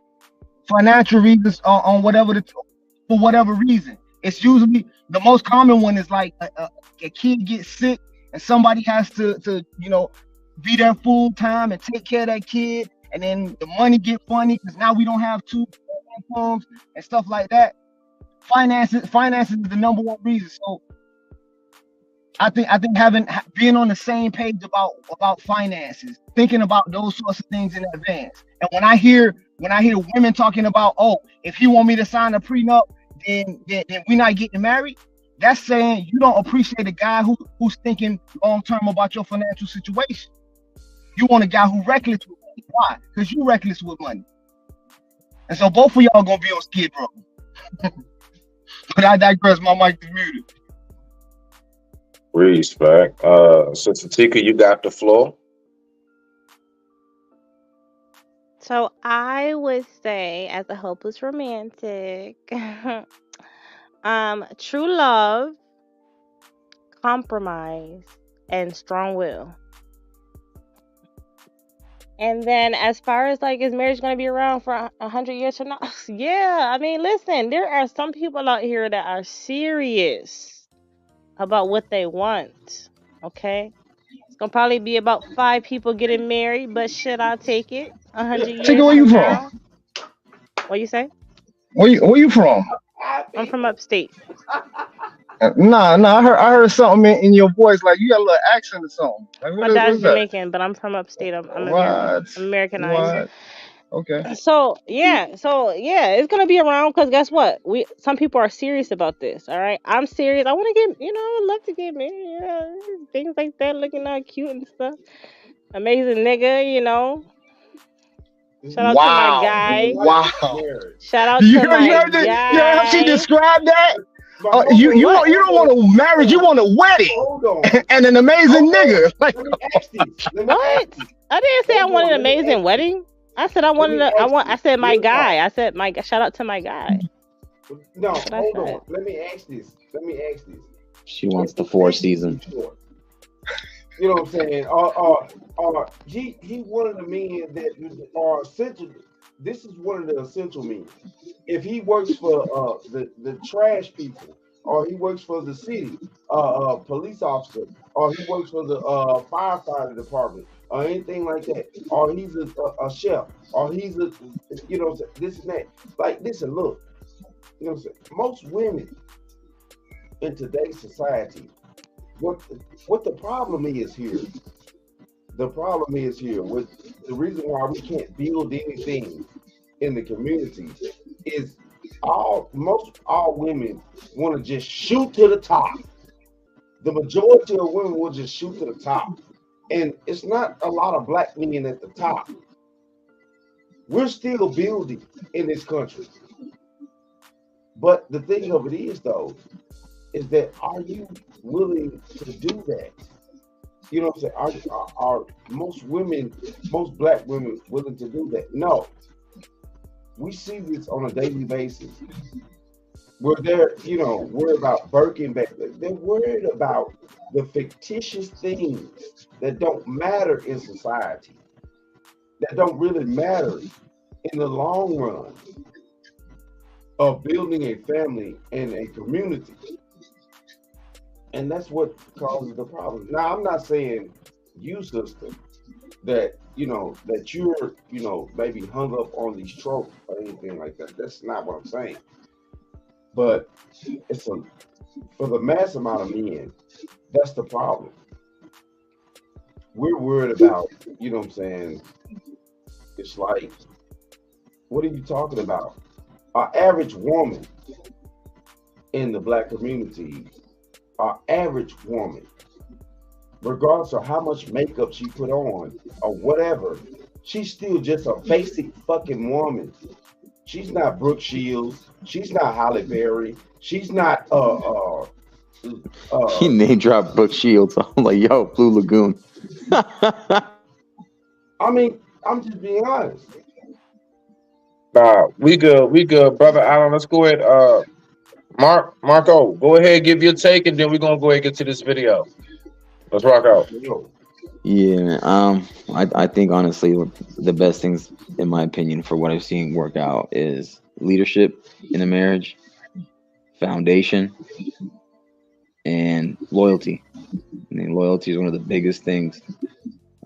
People are so quick to run, you know, quick and dry. So I think it's all matters in that the concept of marriage. It's like the words carry weight. Make sure they mean something. Bring that back again too. Don't just throw words out like it's a crutch when you're taking these vows and stuff. Take it serious and you know, work together as a team. If you know you want the man to be up top and be the leader, the woman wants that kind of guy. He's the head coach. He's the captain of the team. He's the quarterback, and the woman is the receiver, and she's a team player. And the kids will just have to understand they have to abide by the rules, respect the father and the mother, the husband and the wife. That's it.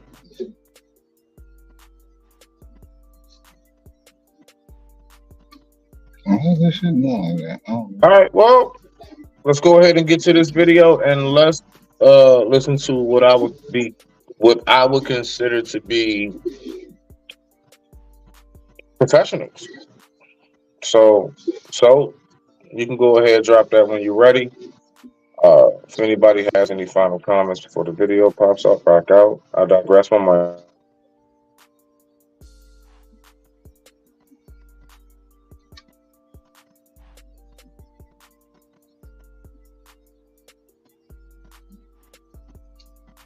Miss Woodley, how y'all doing? Fine. You 103 years old? Son, you got to be the prettiest 100-year-old.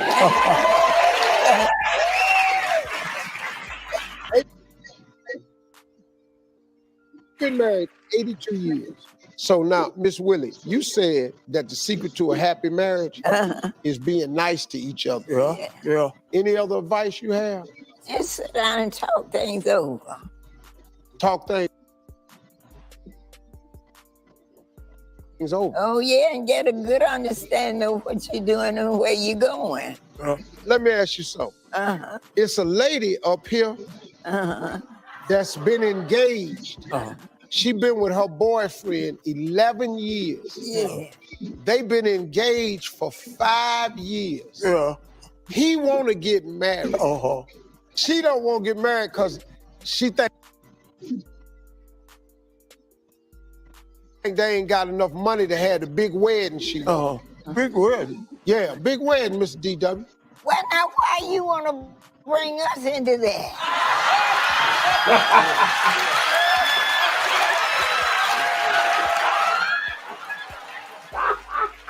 You don't need to have no big wedding. Just go and get married.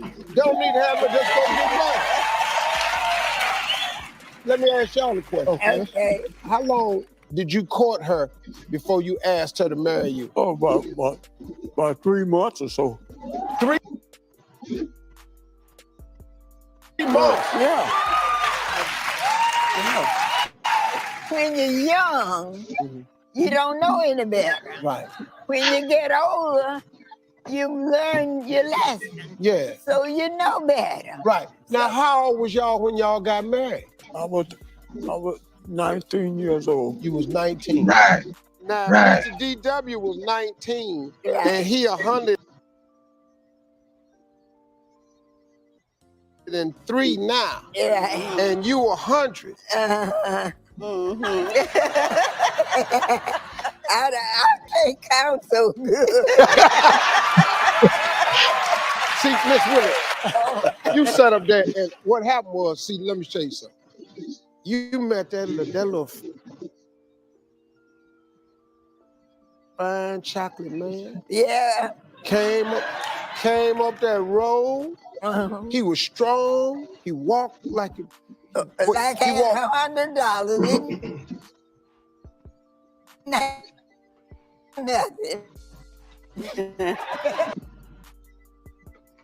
Like he had $100. I ain't had nothing. Alice, let me ask you this.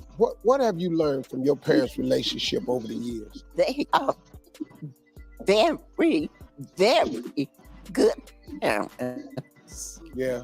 Yes. True love. True love. Yes. Yes, ma'am. BJ, you got something you want to say to your grandparents today? Yes. I love you. I'm proud to have you as my grandparents. We do everything we can for you because we're so happy to have you with us. So we love you. Hey, now, Mr. DW. Yeah.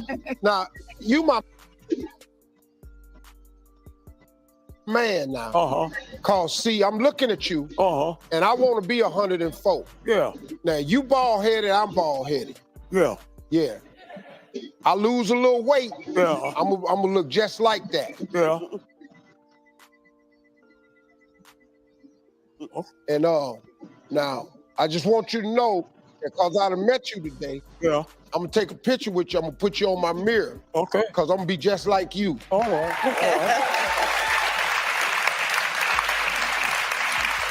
Hey y'all, I want to say thank you to my main man. That's Mr. DW.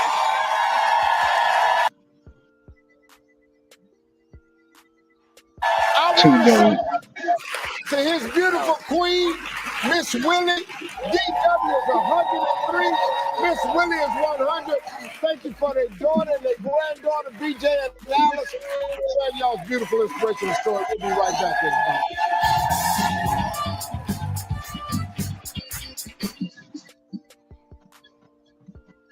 Okay. Okay. No, okay. So- I'm finna ask a serious question. God bless him. I'm finna ask the serious question right now. Go ahead, bro. At the end of the day, though, you know what I'm saying? Like, yeah, I commend the elders because you know what I'm saying. I grew up with that, and I understand what that is. But why wasn't the other two women? Where were their husbands at? Like, seriously. Boy, you picked up on that too. No. Boy, you picked up on that too. No. Fuck that. Like this 10 toes dude. down. They independent modern Where women. were That's they what at? Where were they at? They grandchildren, they great grandchildren. You know what I'm saying? These people, I know what that means. I take care of a 100-year-old grandma. I know what that means. Where were their husbands at? They would sit on the couch next to them. any excuse will do. Man, stop it. Yeah. And I think I've seen that video before. Oh, It's been everybody like- quiet. No, yeah, you did. No, you did. Listen. I didn't pick up. To be honest with you, I was so enamored by and then if you did the math, he was 19 and she was 16. That's why she said I ain't do math so good. That's what marriage used to be back in the day. Right. Everybody didn't wait till they Right. were 35, 40 They didn't years wait till old. like Right. 35. This is my Yeah. first marriage. Right. This is ridiculous the way that we're living nowadays. Right. Yeah. We used to It's get just married stupid, as honestly. young people. To Right. build a family, the only way you could build a family is if you get married young. Right. That oppose discipline because you were raised in the proper family to oppose discipline on you young enough to teach you, both men and women, to be taught as young children how to discipline. And you have to grow up, and men, you need to grow up as a young boy into a man to be able to take care of family. Young lady, you need to be a certain type of way to be able to maintain a household. So now, hey, No, you spot on. Listen, Allen, you spot on. Imagine King Von married and taking care of his kids. You think he in Miami getting gunned down? Like this King would Von. change. King Yeah. Von, listen, I don't want to hear nothing about Hey, real like, quick. So we're gonna go around the board. I want to ask this question to that because it was something highlighted, I would say, in my mind. So we heard and salute to our elders. Absolutely salute to that. We heard how they went about it. But then I want us to also pay attention. Steve then pointed the camera over to the couple over in the audience. What I want to know from everybody here, all right, is are they going about it the right way? Are they going about it in a timely fashion? Would you say they're just taking their time, or would you say being shacked up for 10 to 11 years? I think they said, that right there is something that I don't see what's going on. So what's your take on that part? I'm gonna get this first. Yeah. Go ahead. All right. Go ahead, Soap. Then we're gonna go down the line. Go ahead, Soap. I'm probably gonna roll out after this because I got stuff to do. Gotta finish laundry and other stuff. But let me say this: we look at everybody on that show, right? And I'm gonna break down everybody, right? And I'm gonna give some personal stuff too. Look at Steve Harvey, the person who's hosting the show, right? He been married 3 times, so this nigga can't say nothing about nothing. I ain't trying to hear nothing. He gotta say. I'm trying to act like you're traditional and all that. Fuck all that phony bullshit because you're not traditional, nigga. Get up out of here. You know what I mean? The older He left couple, his wife with cancer, bro. Exactly. They live. The people, who are 103 and 100. God bless them. I mean, salute to them. You know what I'm saying?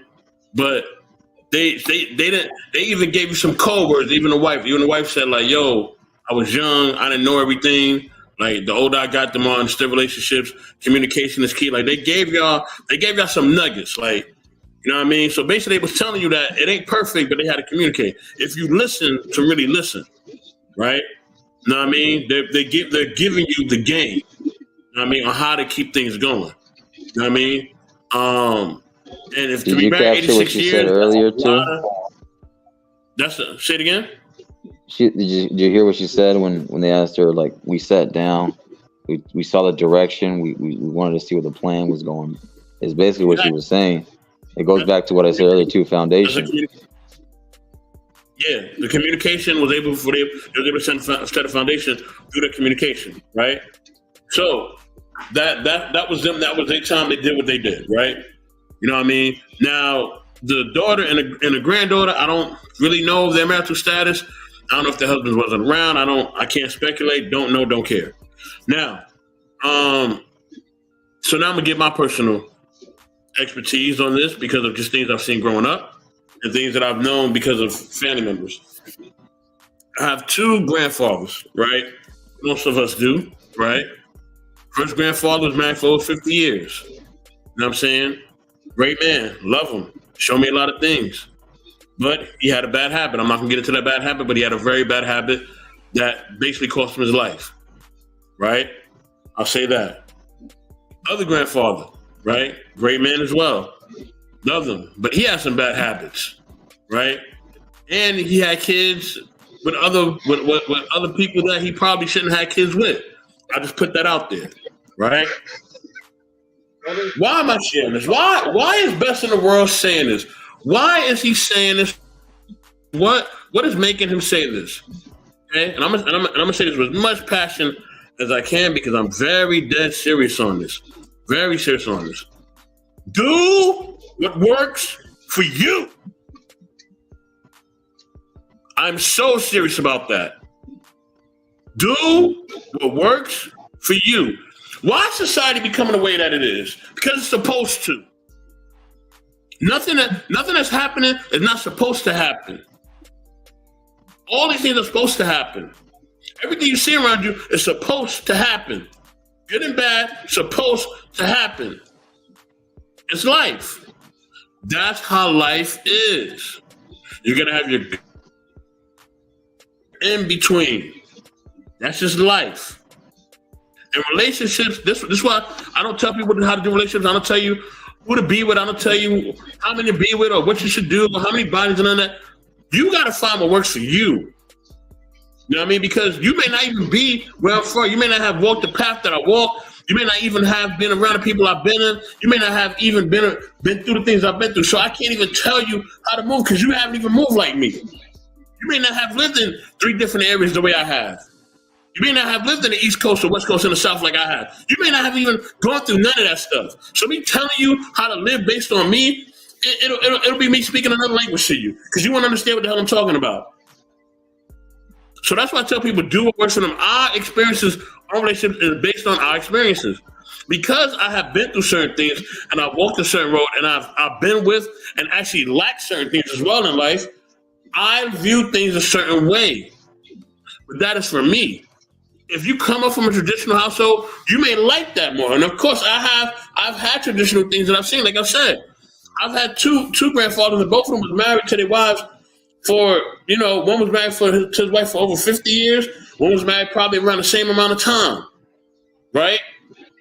So, with that being said, you know what I mean? Because I have seen traditional things, a lot of traditional things I still like. I actually like. Right? There are things that my grandparents did that I actually really, really like, that I enjoy, that I feel can work, right? But then I seen other things that they did, and I'm like, I don't want no parts of that at all. You know what I mean? I don't want to go through that, period. You know what I mean? There's things my parents have gone through. I don't want to go through, period. But that's what it all boils down to. You have to do what works for you. You know what I'm saying? I respect what they have now. Like I said, with a couple that's engaged, I respect what they have too. Maybe there's something there, or maybe they're happy with the situation. Maybe they're trying to figure it out. I don't know. You know what I'm saying? I don't know. I don't live in a house. I don't know. You know what I mean? But for me, you know what I mean? That's why I tell people, find what you like to do that works for you and stick with it. And be willing to live with the results. I'm not mad at nobody who live with the results of their life. If you want to choose who everyone chooses a mate, you want to live with it, whatever's going on with that mate that you want to put up with, and you want to have that person in your household, that's what you want to do. And that's it, man. I'm done. Thank You you for muted, that. Sweet. Oh, nah. Yeah. I got it. Yeah, nah, real shit though. So thank you for that, buddy. Because yeah, in large ways, the main reason why I'm on the same page with you, dog, is because I've spoken about this before. You're gonna drive yourself crazy trying to get everybody to see things how you do, operate the way you do, and think the way you do. You're gonna drive yourself nuts. And as my father always told me growing up, when it comes to circumstances like that in life, don't try to carpet the world, just simply wear shoes. It's a lot easier. It's a lot easier to just put some shoes on instead of trying to lay down fresh carpet everywhere you go because you don't want to walk around and step on things barefoot. So I definitely get where you're coming from with that. So that does definitely, from just personal experience and everything else, that holds a lot of validity. So with that being said, I digress. My mic is muted. We're gonna go around the board. Let's go ahead, Jay. What you got for that? I mean, shit. So much shit was said. I don't even know what to start with first. The only thing I can say. The only thing I can say, first of all, I have an example. My grandparents, how they were married, and my mother and father. And my father married twice because his previous wife had passed away, and that's hard for him to even do that. So he didn't cheat, he didn't do none of that nonsense, but he manned up and also realized he wanted to be together with my mother, things of that nature. And he told me the first time, it was a little bit hard, but the one thing he always did tell me was, get it right the first time. There's nothing wrong with my first wife. It was just like, and we butt heads a little bit, but at the same time, we settled down, found a compromise, got that done. She knew to follow me. She knew, I was putting in work, things like that. And then, all of a sudden, illness took her. So it is what it is when it comes to some things. So it's just like, your grandparents should be I will say this. I think your grandparents are the nexus, the conduit. And that's what's up. And your parents are the template. Think of it like that. Grandparents and then your parents. I got it, Brody. Go ahead. Yeah, that's what you have to go off. Okay. And yes, you two, and then the woman, whoever to the men, I can only speak to the men's side. To the men, who you pick, you have to make sure she fits the criteria of what you're trying to go to. Like, this relationship it should be founded on something. It shouldn't be founded on nothing. Because if it's not founded on anything, it's not gonna last very well. But one problem I do notice with this generation, it's always a me complex, and that's why their relationship tends to fail. And I can't stand that me bullshit, because that's a fucking cancer.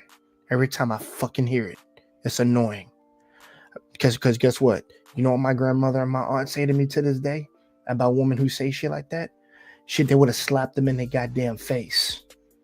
You don't deserve shit unless you work for it. They worked for their man. They did all they were supposed to do. And my aunt, I won't bring out her name. My aunt actually had a conversation with my aunt recently, and she said, I envy the boys who are growing up now, or the gentlemen who have to look forward to marrying anything, if there's anything out there, because we kind of failed these women out here. Because none of them know how to fucking cook. And that's a fucking problem. And that's what we learned from our grandmothers. And which is really funny because I learned that from my grandmother and all the matter how to cook for myself because I live on my own and things like that. But the things is, you're going to find what works for you two. And the thing is, you're going to find that person that, like, you could feel honored to bring this woman to your mom and your grandmother. Because that's a big thing for me. So no hoe, no slut, none of that bullshit. There's going to be an actual genuine woman I bring to my freaking mother. And by the way, my mother married a military man. So, guess what he taught her? How to fucking dig up someone's past. So if you sketchy, she will tell me. If there's something I may have missed, my mother will find out. She's not stupid. So that's another thing. Your mother could also find out the woman you bring in her to see if she even is even right for you too. Because your mother ain't crazy. Sometimes she's just right in the head. So I'm just gonna keep it real with you. Like, she's a good predictor of, like, if this woman joining our family, things of that. Is this woman right for you? Whatever. Things of that. So, tell my men, I encourage you, look at everything. not just visually. You have to look out that mind space and the first words that come out of her mouth. If she's soft-spoken, sweet, kind, nice, and also she tells you this is what I want, and you want to be married to this woman, don't wait fucking 5 years, my nigga. I'm gonna be honest with you. Vet her for like a good 1 or 2 years, and by that time, marry her. Now my plan isn't ideal, but I ain't waiting no fucking 5 years. I want Kevin Samuels logic. We ain't about to wait no fucking 5 years. That's fucking crazy. That's crazy, All right. bro. You just bullshitting, wasting time. But and by the way, to the ladies in the chats, I do believe in marriage, but not the American version of it. I can tell you that. Go ahead. Okay, now, real quick, man. Let me just do this. So, you, Brother Allen, y'all can just rock out. Go ahead, Sister Tika, get your piece in. Say what you got to say. Take your time. What's your take on this whole thing? And Matt, we're gonna go to you and Brother Allen. So just I'm so animated. So first off, shout out to me for sticking around for so long. Man, listen, I'm old. So I just gotta say, like, yo, shout Your out to check will the be in the mail. guys. Shout out to the guys that know what they want. I just holy moly, okay? Holy Me want moly. island woman. No, listen, no. Shout out to the guys that know what they want because no, Well, seriously, so, it really yeah. is serious. You know, a lot of these guys play around, a lot of these women play around. I really think that you should go into a relationship, be intentional about what you want. You know what I mean? For guys, I think that they should really properly vet. Same thing for women. I mean, let's stop playing with these doodle heads. Let's get it together. As far as the couple, I feel like, 11 years is a long ass time. All right. I've been in long relationships, like holy shit. But we're not getting younger. So I do think that 11 years is kind of, exaggerative. But I can say that I don't believe in a particular time frame. I just do believe that like both parties should be ready. And that's kind of just it. But that's all I have. Hey, salute to that. We appreciate you, my sister. Mav, you got the floor. And Alan, you got the floor as well. Rock out. Yeah. I mean, what else you gonna like? They listen. Brother DW, Mr. DW is the blueprint, man. Like 19, and he got his girl at 16, man. He got her best years, and she got his, and that's the way it's supposed to be. That's the way it's supposed to be. But so many of these women out here running for something in the street, like they finna live their best years out here in the street. Sweetie, boo boo, bubbler, your best years are gonna be in a family. That's just the way. Like if you gotta make that your best years, then you're not gonna live most of your best years. You're not gonna live them to the fullest of their potential. So I mean, as we saw with their kid, they daughter and their granddaughter, right? I don't listen.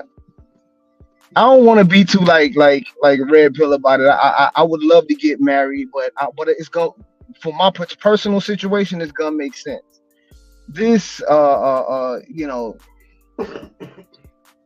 yeah, the 11 years is a long time. 5 years is wasting time. And the interesting part of that was it was her and not him. But all she tell, listen, if a woman making you wait 5 years, she don't want you, bro. If a woman making you wait 5 years to lock you down, she don't want you, bro. But I wouldn't be mad at it. Like whatever the situation is, milk it for what you can milk it for and keep on moving. Because that's all it really is. It's a situationship. And that's all we seeing out here now today anyway. So all I'm saying that don't invest too much in it. Don't think this is the one, because it ain't. I don't see too much out here that's worth it. So I mean, to jump off of what Sister Tika was talking about, a lot of guys out here do know what they want. A lot of guys do know what they want, and when they lay down what they clear as day in that situation, the brother was like, "Yo, let's do this, let's jump the ball." But she come up with every excuse. That's all these women have. They have every excuse. And when Brother DW was like, "Man, you don't need no big old wedding. What you need all of that for?" She wants you to go, and this is what she wants. She wants you to go bankrupt over a few hours, so you spend the rest of your life with her bitching at you because you got to pay back for them few hours you stood in a goddamn church. It'll be a cold day in hell. It'll be a cold day in hell for get it out of me. And that's like, listen, y'all laughing, bro. I'm telling the brothers, be that. Listen, you either gonna be that brother crying in family court while that judge got you by the gonads, or you gonna be the nigga that tell this good for nothing at the door. It's gonna go my way or the highway. That's what you gonna do. You can sit up here and act like you gonna, oh well, it's just gonna fall out the way it's gonna. No, that is to her advantage. This whole system is to her advantage, bro. Ain't nothing in my life ever went right that I just said, well, it may go the way it go, or it won't the way it won't. When I was in high school, while Knuckles Heads was on the corner, I was doing my goddamn homework. So when it was time to do the test, I could pass, and I moved the fuck on. When it was time to go, when I was in college, motherfuckers wasn't making it there. One of my homeboys from Jamaica got deported because he wouldn't have his ass in the motherfucking book when he was supposed to. But guess where Mav was? Walking across that stage when it was the right time. I'm gonna be where I'm supposed to be, doing what I'm supposed to be doing. Love, if that's too boring for you, you need to take your ass to Ringling Brothers or Universal Circus and have yourself a merry good time. Cause I ain't here to play games with you. When we talk about wasting this time, one of the key aspects, I made this point about financials earlier. You know, the average white woman gets married at 24 years old, right? We're talking about these sisters, these white women who are walking across that stage with their degree and that ring. They got the financials to get the job and the financials to build family wealth. The average black woman is like 28. I think it went up to like 32 recently. That's, bro, when we talk about, they say it's going to take 200 years for the average black family net worth to meet the average white family net worth. 200 years. That means it's never going to reach in your lifetime. We got to start making that better. Sounds like half of slavery. And as Scott Galloway said, the most important financial decision a man will ever make is who he let carry his name. I digress. My mic is muted. Respect. Very, very awesome points, man. Thank you for that, man. We always appreciate your wisdom, my G. Alan, you got the floor. And after that, I'm going to leave the floor open maybe for about another 15 minutes or so, and then I'm going to go ahead and kick rocks, not literally. You always kicking rocks. It is what it is. Rock out, Alan. You got the floor. But seriously, though, you know, I've noticed what Notorious said about the marriage situation here. Yeah, it's very complicated within the society that we live in, definitely over here in America.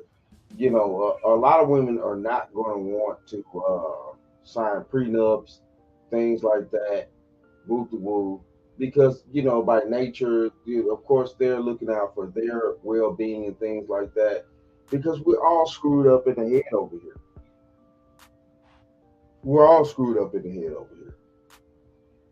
And there's nowhere around that fact. But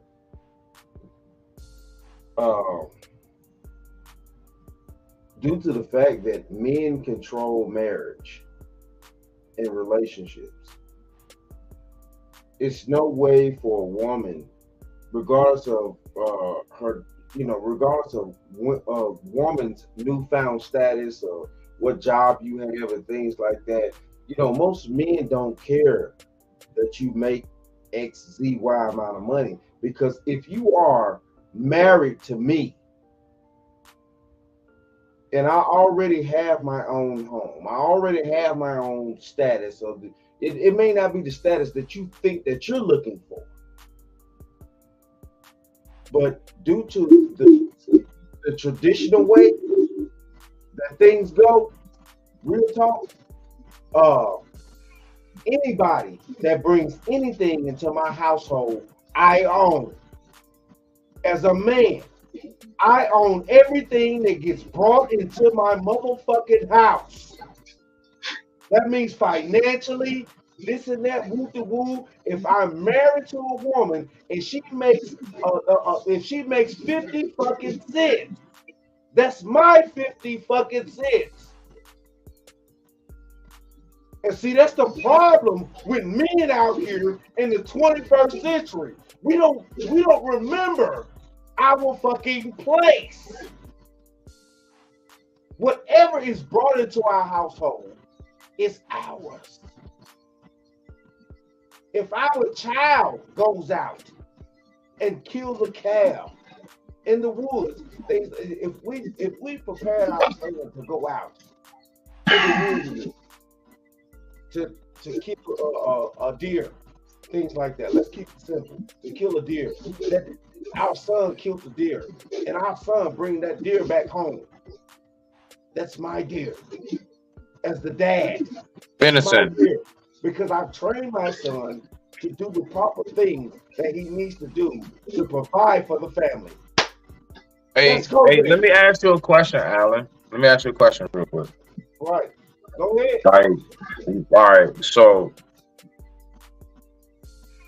definitely a certain time period in history is recorded where the structure of the household was designed that way. Now, do you honestly think, like, now I'm just saying, as far as, like, let's just say for those of us men who don't want to die alone, right, so to speak, although we all do exit solo. My point is, do you really honestly truly think that a woman with a, like, because again, I always say this, I don't believe that men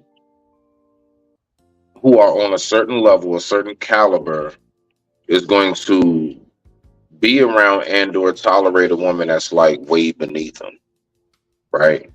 Not even so much on like a career level, but let's just say here and here, we want to make sure that that is equally yoked as possible, right? As much as possible. So do you really think that a woman that we choose, which would be a woman of a higher caliber, a woman of higher intellect, you know, a woman that maybe sometimes in a discussion she can get a little run for your money with little pointers and things of that nature as well. Do you really think that a woman on a certain level is going to say, you know what, yes, I accept your hand in marriage, considering now that I'm with you, everything that I had before you is now yours? There is no, you know, I am the lead. I do make sure that everything for the most part is provided and taken care of, but I do recognize that, you know, a marriage is a union from what I understand, from what I've heard before. But I'm just curious, what's your take on that, my brother? Rock out. You got the floor. I mean, that it is though. And, you know I got a little aggressive on the facts. Get that shit off your chest right here. Better here than in real life. Get it out here. But I mean, it's just facts though. If a man's supposed to be truly the head of the household, the head of the kingdom, and we have to think what that means. The head of the kingdom. That means anything that comes in his kingdom, he owns. So, you know,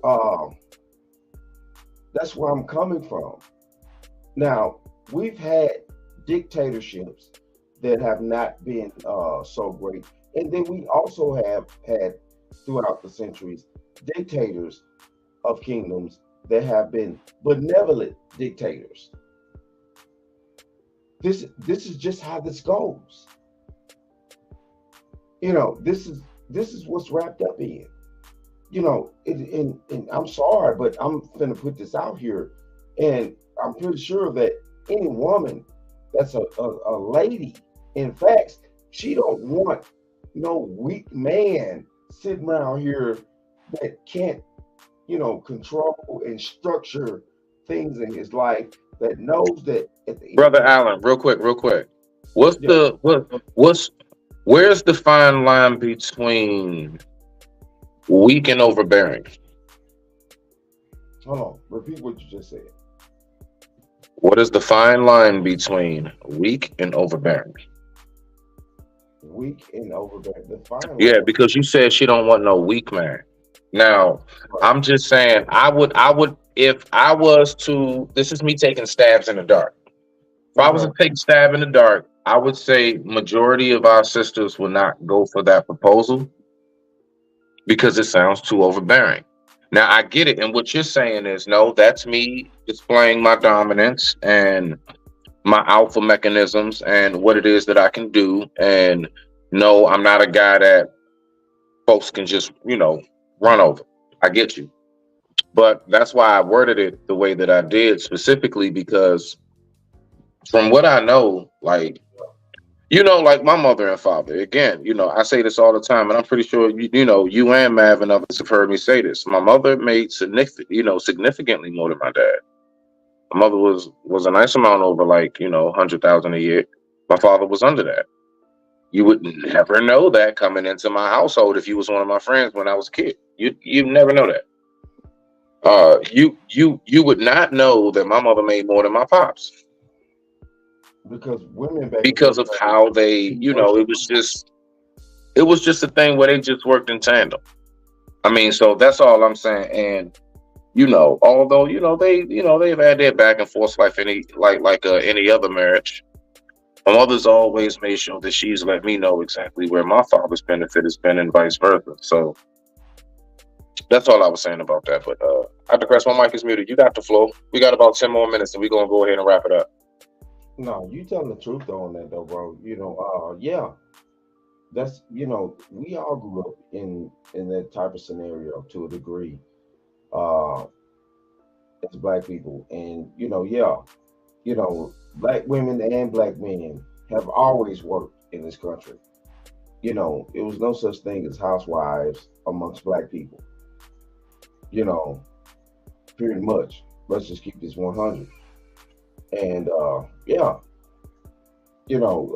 some black women did make more than their black men and vice versa, woo to woo.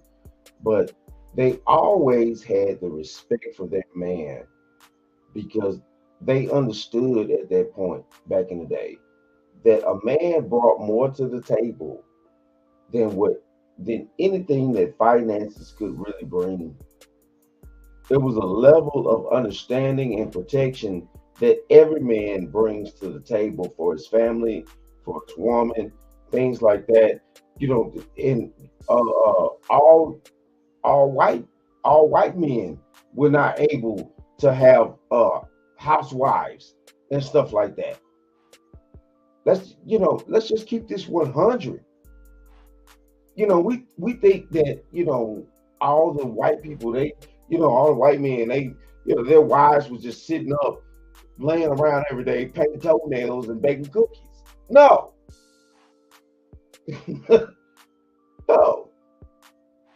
No. And man, it's sad, but it's true though. But as a man that's a man over his household, and it's an easy dominance that I'm gonna say that comes with that. A man knows that he needs to be protective of his family and give his woman the grace that she needs to have, and she needs to give him the grace that he needs to have. And that's how family dynamics really work, low key. Hey, respect to that. Okay, so Pika, do you have anything left on this before we go ahead? We just going, get the final thoughts. But do you have anything else, real quick from what you heard thus far? Yeah. Yeah. Oh, Jay, you want to go? No, sweetheart, you go first. I'll go last. All right, cool. So no, I was just gonna say we ain't going for that shit, Alan. Okay. Listen, let me tell you something. Okay. I'm very respectful. I treat my man pretty good. I would say, I'm not perfect, but as far as like the way you talk and you present to a woman, especially if you telling me Then I'm about to go to work, workity work. All right. And then I'm gonna get off and my 50 cent go to you. My 50 cents, my That two sound like a quarters I'm pimp. rubbing together. Yeah, we're gonna have to we gonna have to we're gonna have to sit down and have a powwow about that. But one thing I I mean, can say is that but how what do would you we say? have a powwow if we're family though? If we're family and you trusted me as your husband You're to trying to take take my care of 50 me, cents. and it's not your 50, it's our 50 cents. It's just that I'm in charge of the 50 cents.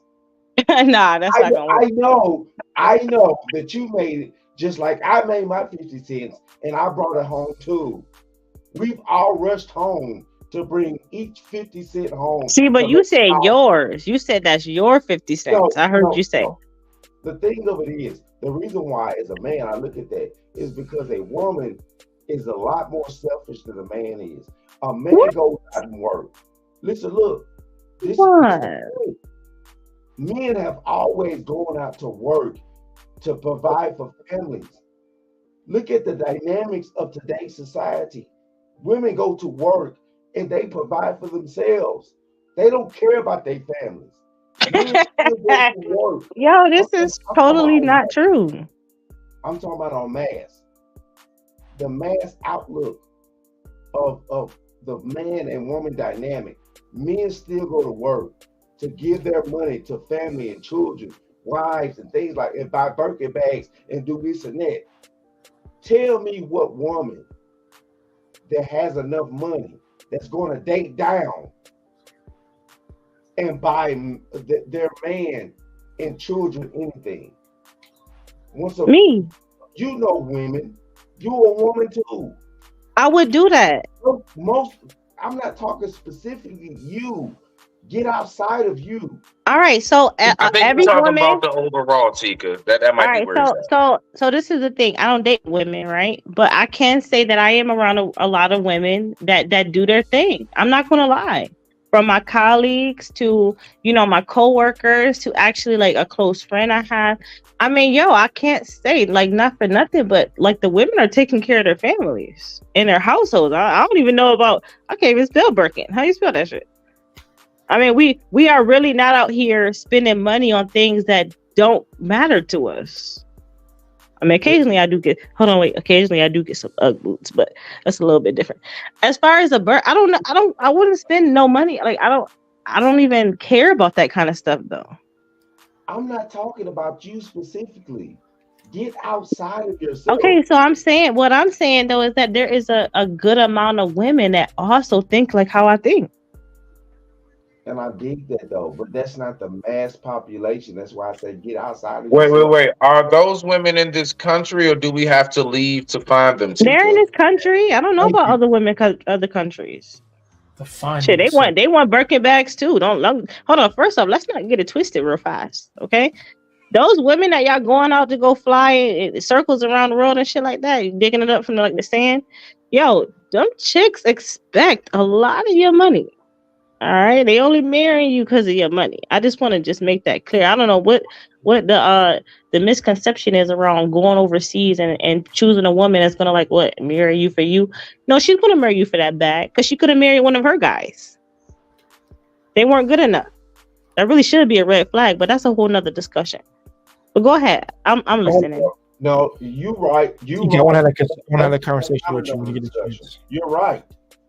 You know what I'm saying? Every woman on the planet marries a man for what he can provide. Men understand this. This is what we accept. But the problem is that though, you know what I'm saying, we don't have the appreciation for what we can provide.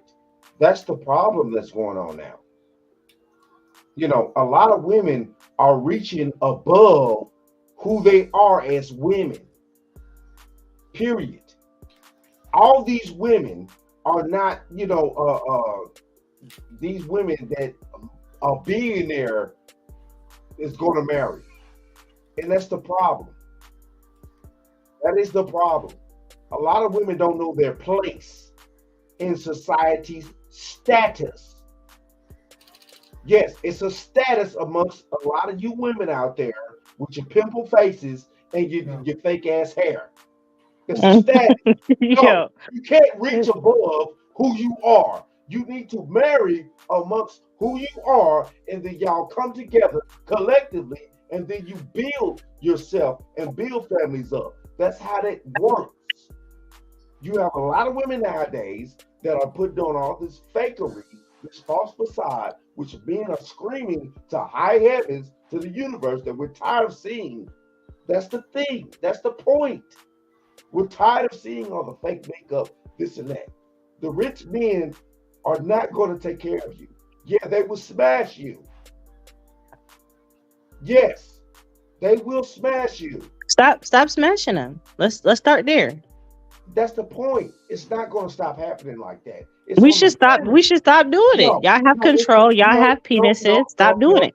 No. It's on the women to educate each other on the status. Yo, that's just an excuse who to they continue are. to smash them. Like, this is just... Oh my God. Listen, y'all have penises, right? Yo, Alan, let me go next, brother. But y'all have penises. Y'all can easily not do it, and then that will get the women to be on y'all rhetoric. They want to have sex. Accountable for what status level that they were on. We can't. Women like me can't hold. Listen, women like me cannot hold women like that accountable, because guess what? They're getting what they want. They're getting fucked. At the end of the day, I thought that as a strong woman, you could do anything that you wanted to do. You can. They don't want to do it because y'all are still banking them. Why would they change? They getting exactly what they want. Women in the past used to do it. Why don't come irrelevant now? Because that does not matter to them. The same thing, just like women ask men to hold other men accountable. We know. Listen, I can hold a woman accountable till I'm blue in the face. But the point is that women like that, they look at it as they're winning because they're getting the attention and everything that they want from the guy. That is the point. So what am I going to say to a woman that's getting what she wants? I don't got a banger. Like, why does she care about what I have to say? You're still sleeping with her. You have a problem with it. So my suggestion is stop entertaining the women like that. Stop giving them what they want, and then maybe we will possibly see change. I can dig that too. Whatchamacallit? Go ahead, Takashi. Get your piece in. Go ahead. Yeah, I'm gonna get this, and I gotta dip because I gotta work tomorrow. Oh no, we ending it right after this. Rock out. Good, because I'm like I said, we could go on 5 more hours about this shit. I didn't really know we could, but let me say this.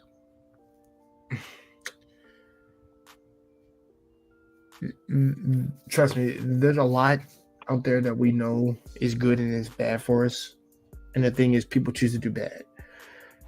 Most men right here, at least the men of at least the early 90s, such as myself, I'm a 91 kid, I pretty much know what I'm looking for in marriage. Particularly, I'm not here to play games. I'm not here to play this rhetoric. I'm not here out here fucking all these hoes or chicks, as you quote unquote call them. I'm not doing that because I don't have time for that shit, because they're maintenance. And the thing is, for me, is I said what I said earlier. It's gonna be, trust me, it's gonna be built on the foundation of we're trying to achieve something. We're trying to see something till our old age, literally to the point where there's no where there's no debt with either one of us. And like I said, I'm building a business, I'm building an empire. That's what I plan on building. And listen, when I build my sanctuary, it's gonna be away from all these nutcase crazy motherfuckers. Let's just keep that a being right there. So the best rhetoric I would tell men is level yourselves up, focus on you, don't chase box, and just fucking, like I said, worry about you. Like I said, they'll come through when they come through, and it's up to you to fucking, like I said, it's up to you to see through their bullshit, to see the ones who are there for you and the ones who are not. It's that simple enough for me. And if you can't communicate or freaking try to identify that, then you need a mentor and a coach. Simple enough. With that being said, hey, Jay Takashi is out, y'all. Peace. Later, brother. Hey, Kurt. Oh yeah. By the way, Takia, like I would like to have that conversation with you about what you said earlier about like women outside America. I would love to have that conversation with you whenever I can get the chance. Absolutely. I got you. Y'all have a great night. All right. Hey, thank you for coming up, Brody. Come again. Any final words before we get up out of here? How you feeling? Everything Gucci? It's a lot. There was a lot of balls hanging in this conversation tonight. You know what? I'm just really happy that I was also able to hang on, to not my boss. Not my boss. I guess the only thing is for dear life, hang on for dear life during the conversation because it got a little bit hot. It was a lot of okay now testosterone up in this place.